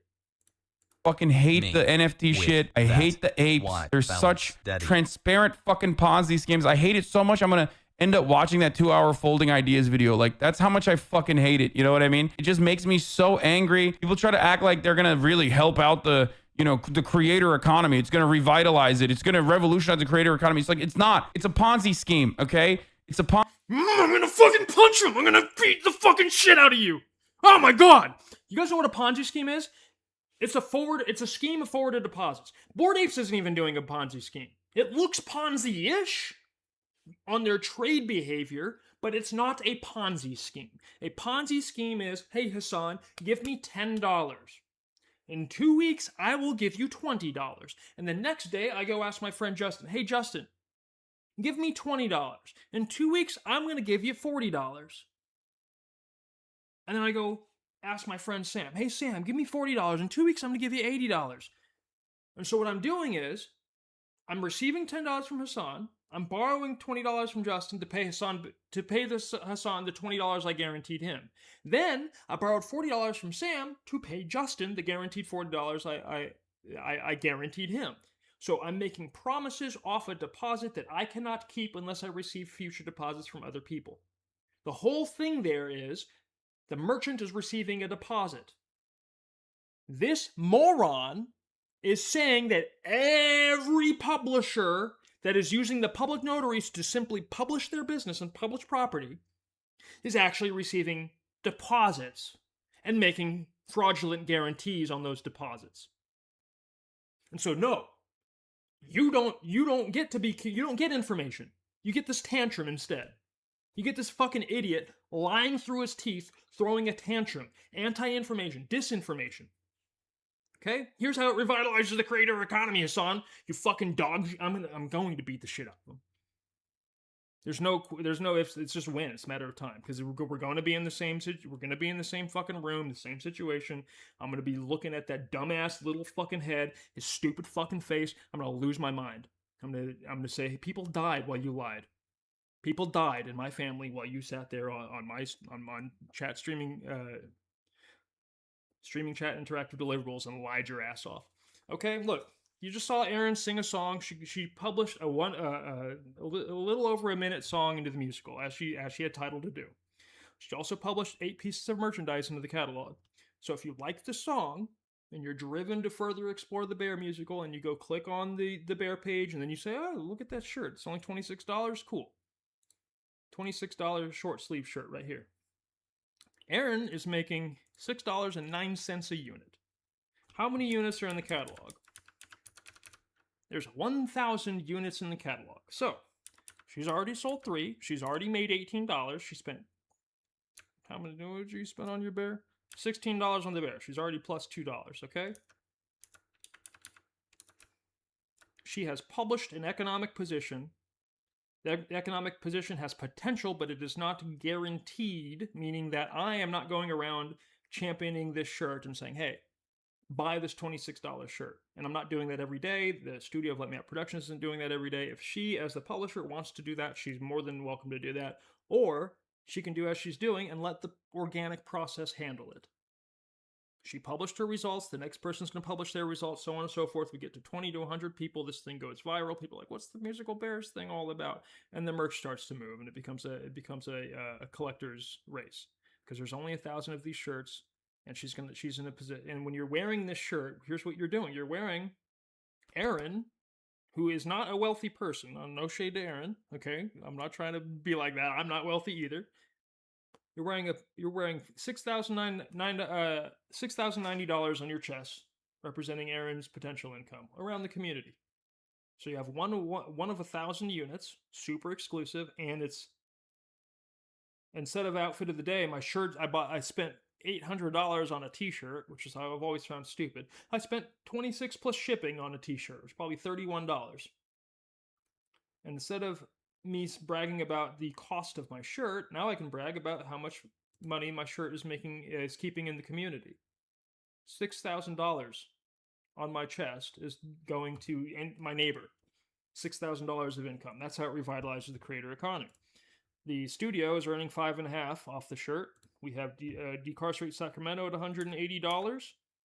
We have People's Budget of Sacramento at $180, and we have Rewild, which is an initiative that helps bears in the wild, at $200.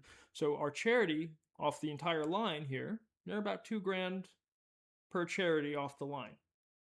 We have 5,000 lines scheduled, so the charities will do just fine. In the Community Wealth Initiative, Erin has published 8 pieces. Shows she has 6,090 across from the shirt that you're looking at here. Scroll forward a little bit. We have another, this is called the Paw Claw shirt. Here's a little bit fancier. There's $40. She got $8,140 off this one. So if you see any of these in the wild, it's an $8,000 shirt somebody's wearing for $8,000 community money. We have the tank top that she's got here. Is this the tank?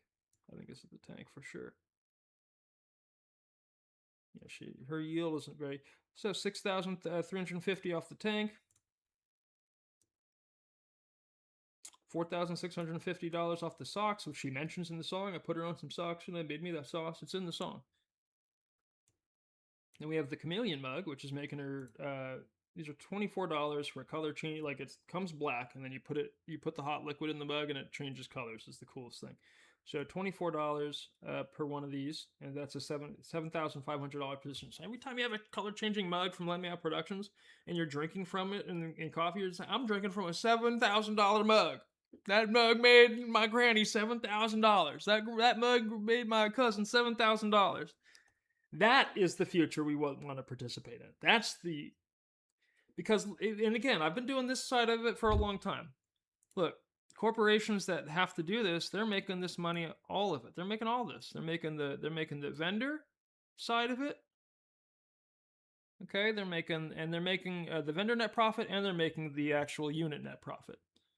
So you're looking at around $110,000 of net profit across from a normal price. This is normal pricing. I want to be absolutely clear.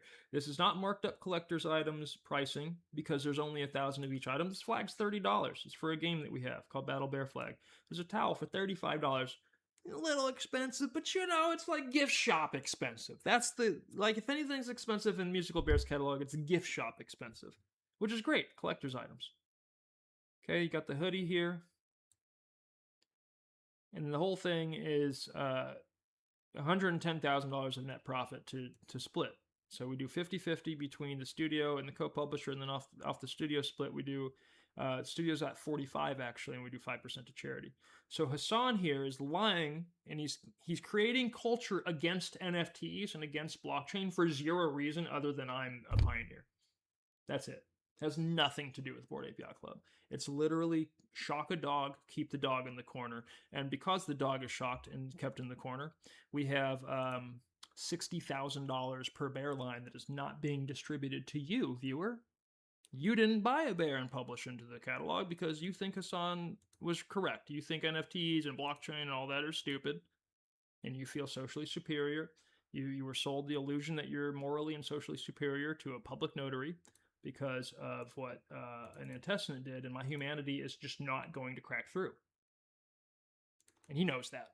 This is a cruel, evil dipshit of a clown. Do not believe he's socialist because, look, Adam Smith's labor theory of value. Let's get some discussion going.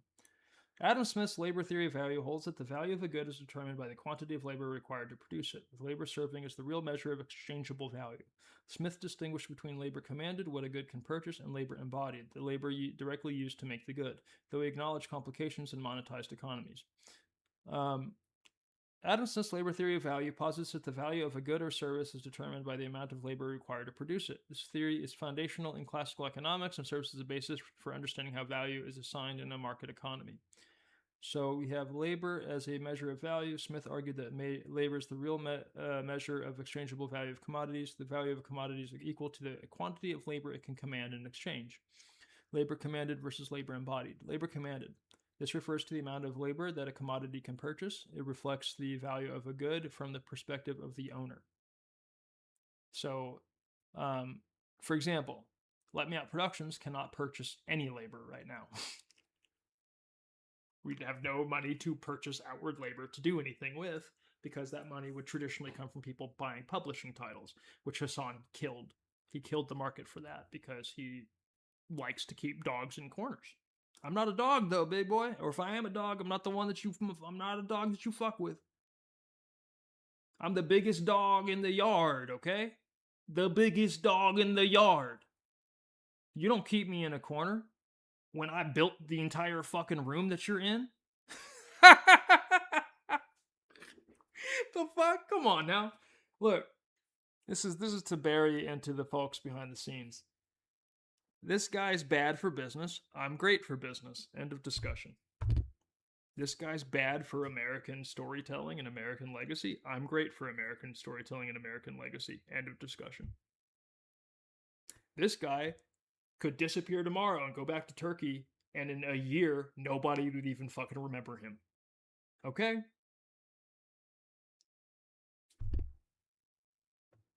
That's not an investment.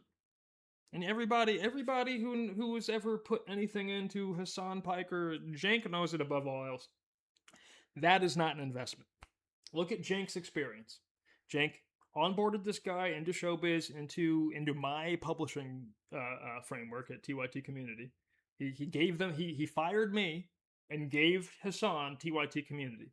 That is what it looks like, and because it's what it looks like, and Hassan's trying to like enforce this caste system by lying to you guys about NFTs, I think that in his head that's very much what happened, even if I don't necessarily agree on that.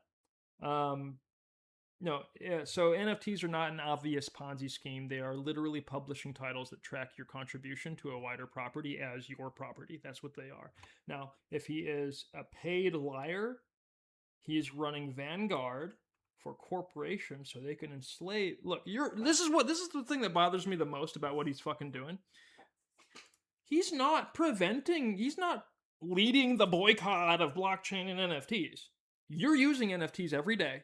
Every single account that you have, including the YouTube account that you're watching this on, has a blockchain address, and every single bit of measurable activity that you are providing in that account or in the context of that account is being contributed to their collection as data shards, and their NFTs. Your account is a blockchain address.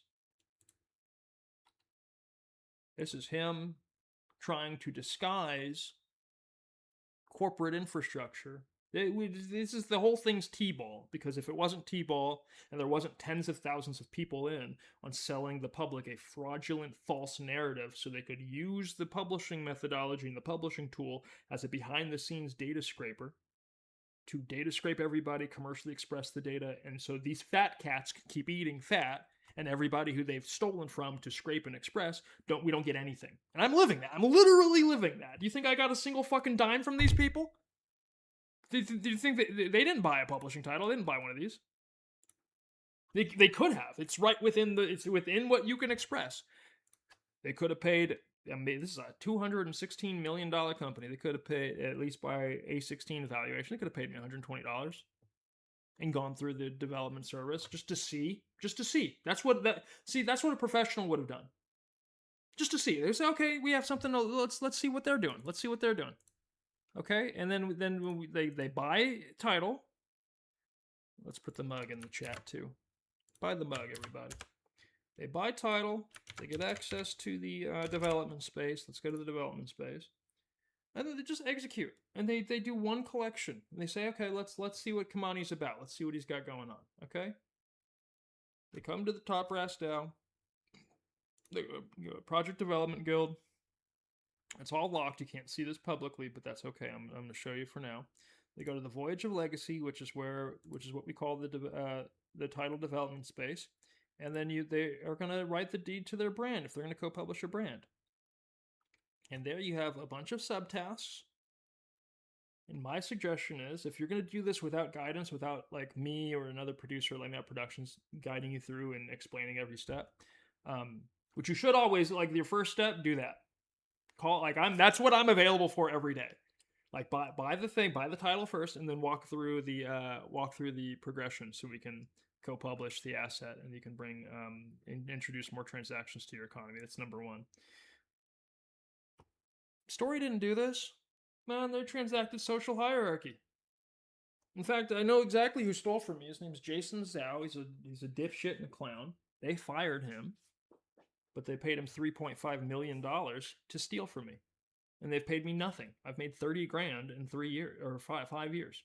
30 grand in 5 years with the Pioneer method, with a former colleague assaulting it, I've been plagiarized, I've been obfuscated, I've been completely ignored by the Sacramento press deliberately while they transact social hierarchy. And it's gotten to a point where, honestly, there's just people helping themselves to commit crimes against me. And it's at the rejection of Fishes and Loaves co-publishing is so ridiculous and so controlled and so designed. It does feel biblical. It really does. And it does feel like I'm sort of chosen to be in a position to fight for everybody's publishing rights. I don't think I'm Jesus Christ. I'll be dead ass 1000% clear. It's not my mythology. That's not what I believe is the cement of reality. That's why ultimately it'd be a really funny choice. I have played it out. I say, hey, what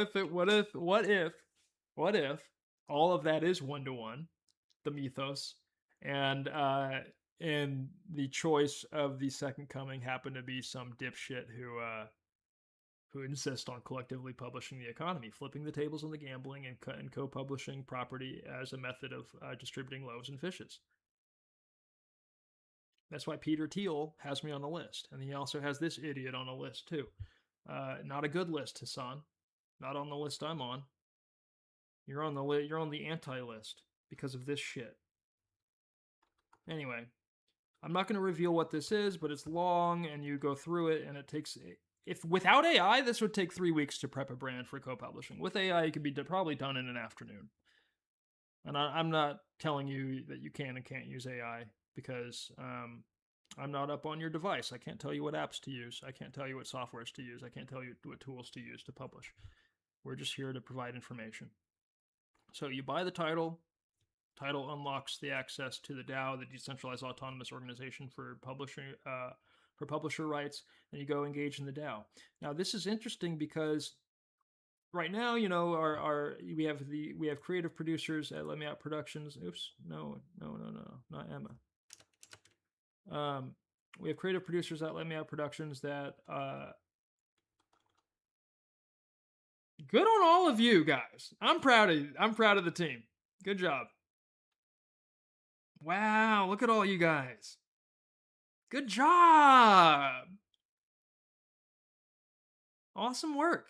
All of these folks came and engaged with the DAO, and I would like them to fully engage with the process so that we can get more publications out the right way. That's one of the reasons why we're struggling with news, is because people aren't publishing in the same way. People had said, oh, the gambling made a lot of money fast. That's what I want to do. I say, no. In a vacuum, if you just eliminate the gambling in a vacuum, like it just never happened, and I was teaching in a vacuum this from day one, the market would look so different. Hassan wouldn't have been able to assault us. He wouldn't have any contrasting parallelism to use and weaponize. That's what he did. And then he blocked me when I told him he was doing that. I said, hey, I gave him the benefit of the doubt. I said, hey, man, maybe you're just wrong. Maybe you just don't know what we're doing. Maybe you're not aware. Let me explain it to you. I said, hey, we're actually publishing pocket socialism, meaning that the properties are socialized to the merit of the contribution and measured to the merit of the contribution, distributed to the merit of contribution. He blocked and continued to this day, insisting to his audience of 50 million people that NFTs and blockchain are a fucking Ponzi scheme of forwarded deposits. It's just a publishing tool that keeps everything on record for all time. Whatever. You guys want to be lied to by a clown? Go for it.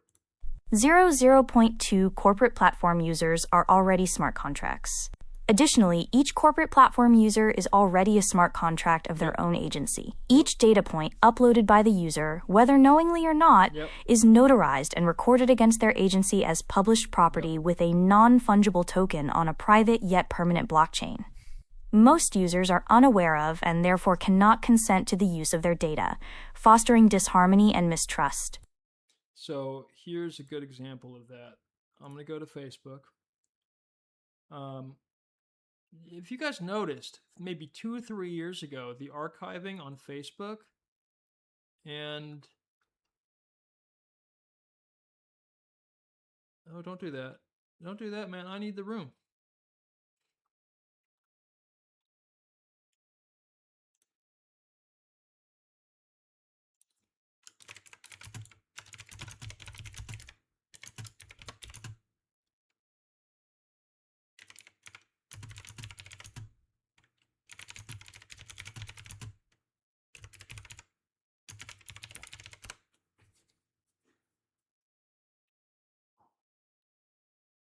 Okay, so look, guys, I have a chance to get back into my own place. This is my buddy Nick. He's got this room. It's $8.25 a month. I need you guys to co-publish Let Me Out Productions. I've got 0 viewers right now. I don't know if anybody's going to watch this on record. I'm completely buried by social hierarchy narrative and all sorts of stuff. But this would allow me to move away from being reliant on my clients' properties and able to move into an actual space again. And I already checked this out, so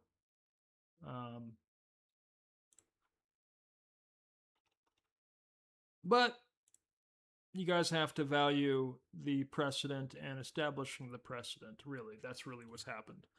Because I can't get a community to establish the precedent. The communities that I ask keep on treating me like they need to punish main character energy from being the precedent, and that becomes the priority, is to transact social hierarchy, the opportunity to feel better than. It's just dog shit. And, you know, I don't blame everybody else. I can't even blame Hassan, because it started off with my own family and friends. You guys understand what that's like?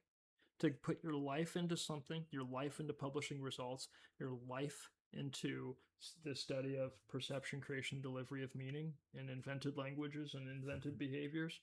And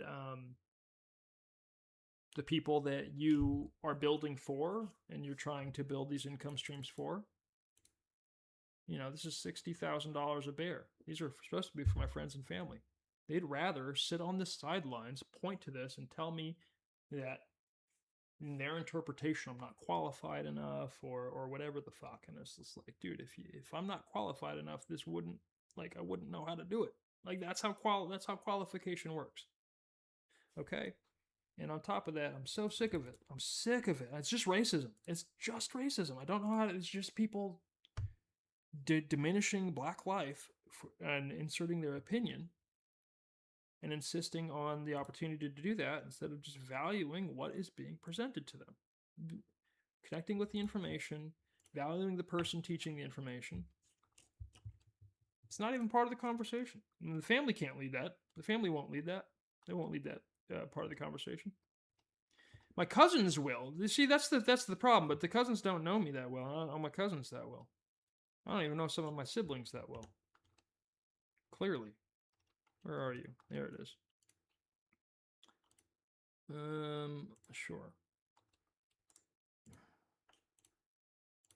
Okay, this is what I used to do for a group called Red Rooster 2014. And across from their this would be 50 pages of tools that they would wholesale. And across from each item on those pages, you had a spreadsheet like this. You had the item, you had the cost of production, the cost of parts, what the net profit was, what the splits were, what the units available were, what the units anticipated were, all of that, what the revenue was. And the numbers were a lot higher than this. The difference was no labor was being included in the transactions that this created. None. So if this lopper moved and it created $20 of net profit, all of that net profit is going to Red Rooster. In my model,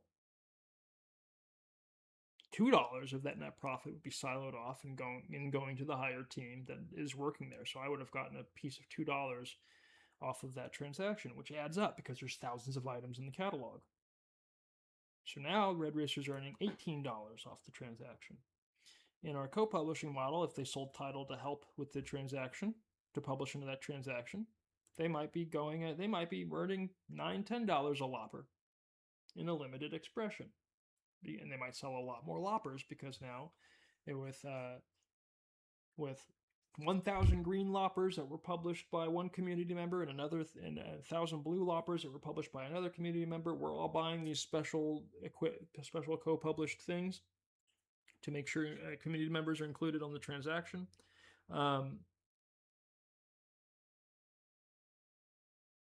We're just looking at this sort of economy overnight in every single catalog item, even menu items on the restaurant. You know, it's like, who doesn't want to publish the design that goes on to-go bags, and now they're getting 15 cents an order off 20,000 orders? Maybe not 20,000. Depends on the volume of the restaurant. In some places that would make sense. In Sacramento, probably not.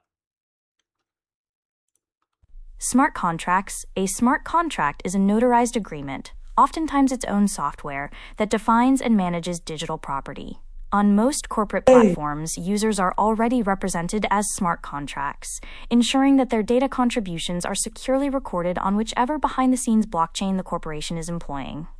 Notarized data points. Each data point uploaded by the user is notarized and recorded as published, tilted property. This provides a clear and enforceable framework for data ownership. Ethical data management. Corporations should not farm data without users thoroughly knowing what they are contributing to. Using impact puzzles to form and account for data pools promotes ethical data management practices and justifies transaction residuals from the market performance of the supplied data. This model is already being implemented across the internet, and as stated, it is immoral and unethical for corporations to farm data without users knowing what they are contributing to. Impact puzzle behavior provides the accounting solution, ensuring that users are fairly compensated for their data contributions and that the data is managed transparently and ethically. Keywords: equity, co-publishing, cognitive linguistics, creation of value, delivery of value, impact property, puzzle structure. 0. Forward. Go forward. Word for word with a fourth word for word's sake. This is not a white paper. This is gray literature. Raw. That's actually that was fire. That was fire, lady. Good job. Go forward, word for word, with the fourth word for word's sake. That sounded exactly as it did in my head when she read that out loud. Good job. That was fancy.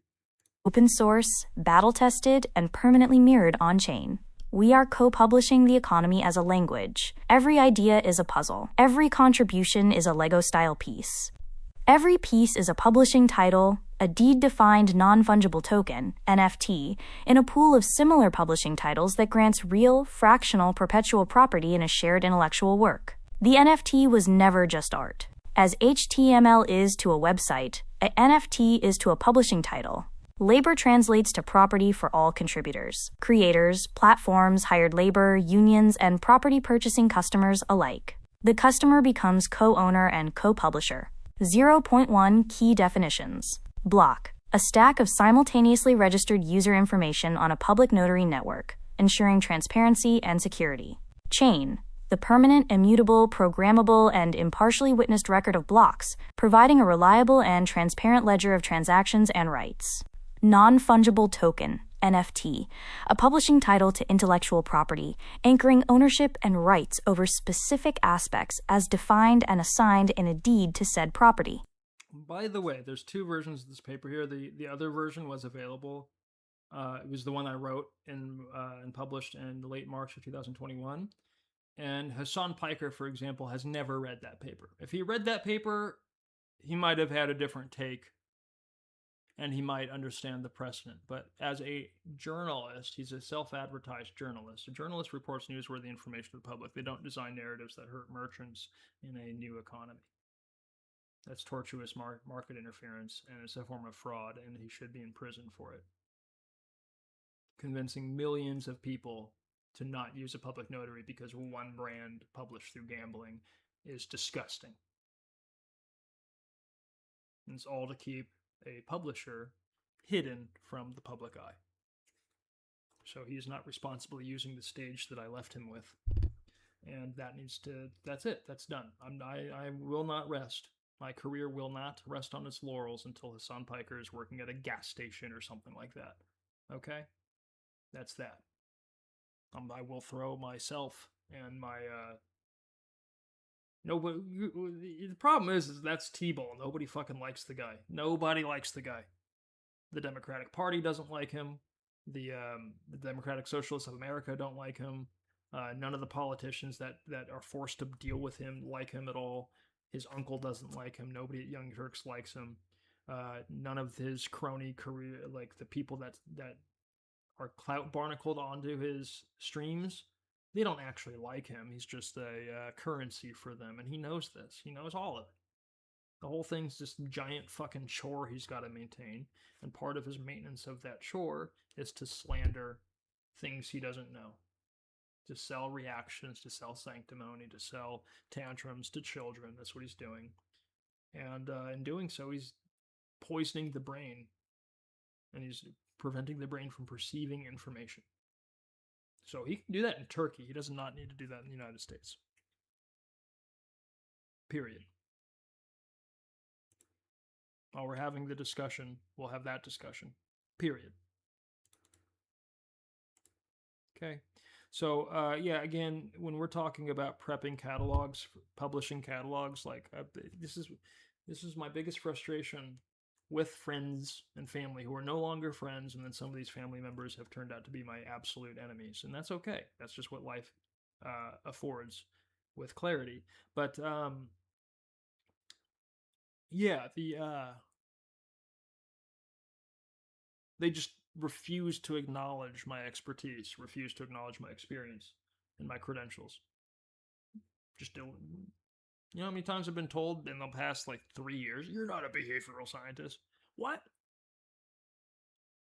What? What the fuck? That's the first time, y'all, that has never come up. I've been a cognitive linguist since 2016. Okay? I started really deep research in the subject in 2014, and I felt comfortable identifying my research in that subfield in 2016. So I'm a behavioral scientist The subfield of behavioral science that I'm in is a linguistic subfield. It's cognitive linguistics. We study, again, the perception, the creation, and delivery of meaning, which often requires modular units to break down and deliver concepts. So here we're using modular units to break down and deliver the publishing of anything, including catalogs. So for my friends and family, again, not friends, just dog shit, people that have enslaved me as a reality show, horrible. Instead of participating in the precedent, you've enslaved me as a reality show, and you're broke. You're broker than I am, because I can go get debt right now if I really put a mind to it. But I'm disabled, and disabled people don't go into debt because we're lining ourselves up for obligations. We don't know whether we're gonna meet. In fact, I'm like 13. I used the Cash App thing to borrow $20. I owe them $13. I'm a day late on that. Co-publish the economy, or labor is your property. Co-publish the economy. Shove the duck up and sing on a bear. Why can't that go viral? How come Ian McConnell can go viral and co-publish the economy can't go viral? Co-publish the economy, or labor is your property. Impact Puzzle, a structure of publishing titles that allows each title to function as a Lego-style piece of the overall intellectual property being built. This approach ensures that every brand, product, service, experience, and distributed asset has an accurate account of rights, processes, and results contributed by the builders. 0.2 Key Concepts. 0.2.1 Linguistic Framework for Property Definition. In linguistics, the definition and understanding of property can be analyzed through the lens of how language structures and communicates ownership, boundaries, and rights. This framework helps us understand how property is conceptualized and managed through language and legal documents. 0.2.2 Key Linguistic Concepts. Fixed points. Definition. Fixed points refer to specific, unchangeable references that define the boundaries and characteristics of property. Linguistic role. In language, fixed points can be likened to constants or anchors that provide a stable reference for understanding and communication. Example: in property deeds, fixed points might include specific landmarks, coordinates, on or off the blockchain, and/or legal descriptions that define the property's boundaries. Measurable distances. Definition: measurable distances are quantifiable spans or extents that can be objectively measured and verified. Linguistic role. These distances serve as metrics or units of measurement that provide clarity and precision in communication. Example: in property deeds, measurable distances might include the length and width of a property, distances between landmarks, distances between fixed points, and/or other quantifiable metrics. Impartial witness. Definition: an impartial witness is an unbiased observer or recorder who verifies and attests to the accuracy and fairness of information. Linguistic role. This concept is akin to a neutral third party who provides an objective account or verification, ensuring transparency and trust. Example: in property transactions, an impartial witness might be a notary public or a legal official who oversees and certifies the transaction. 0.2.3 Acknowledgements. I am deeply grateful to numerous individuals whose support was crucial in the initiation and completion of this project. Foremost, I extend my heartfelt thanks to the co-founders of Let Me Out Productions, Aaron Apodaca and Aniket Malv. I am also thankful for the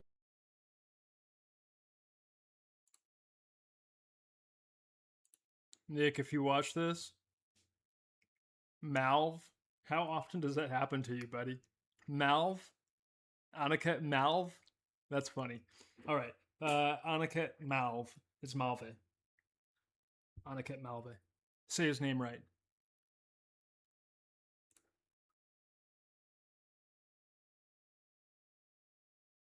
interest shown by MetaPurse in the Press Pass all-access franchise during the period from March to June 2021. Without their interest and their pioneering demonstration of blockchain fractionalization through their B20 project, this model might not have been explored. I would like to express my appreciation to the professors and authors who, unbeknownst to them, guided me throughout the writing process and introduced me to the key ideas that shaped this material. Their collective intellectual support was truly invaluable. I will take the time to include a special thanks section to acknowledge these scholars by name. Additionally, I would like to thank all the early adopters of our co-publishing efforts for their support, friendship, and engaging conversations. I also wish to extend my unique and specific thank you to my auntie from my foster foundation family, Lynn Harker, for perceiving and valuing me for who I truly am. I am especially grateful to my parents, Oscar and Paula, for providing a childhood that made this possible at all. My biological brother, Kimani Lyles, passed away a few weeks after I wrote and published the first draft. May he rest in power. Without my urgency to prevent that outcome, perhaps this model would not have been explored. I would like to thank Star Holiday, Oscar David, Jakari Jackson, and especially Ethan Apodaca for their united attention to stability during this process and during my entropic health issues. Let me add a caveat there.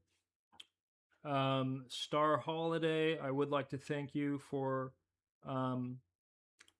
the attention to stability during the willingness that you had to provide that attention to stability.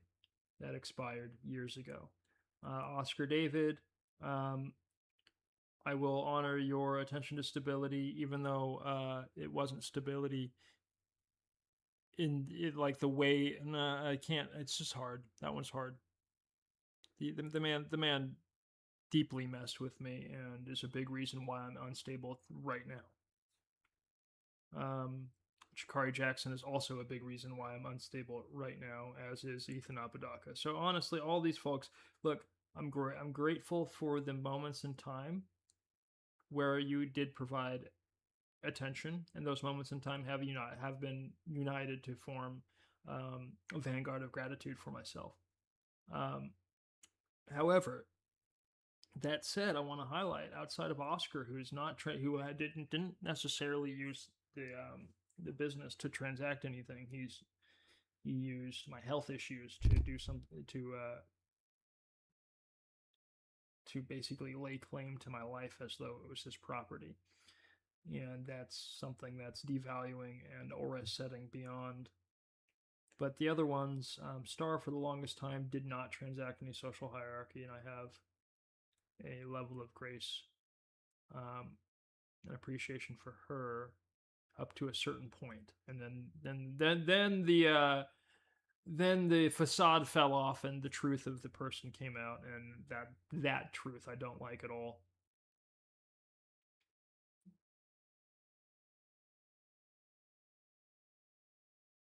Yeah. Jakari, again, the thank yous are they have, it's like a rose. It's like a rose with thorns on the stem. That's what's going on there. So I just don't want to, because I'm dealing with mental health issues every day, and the biggest sources of these mental health issues are exactly these people. So it's funny that I have to hear their names being read off this paper. Well, including Ryan and Tom are the biggest reasons.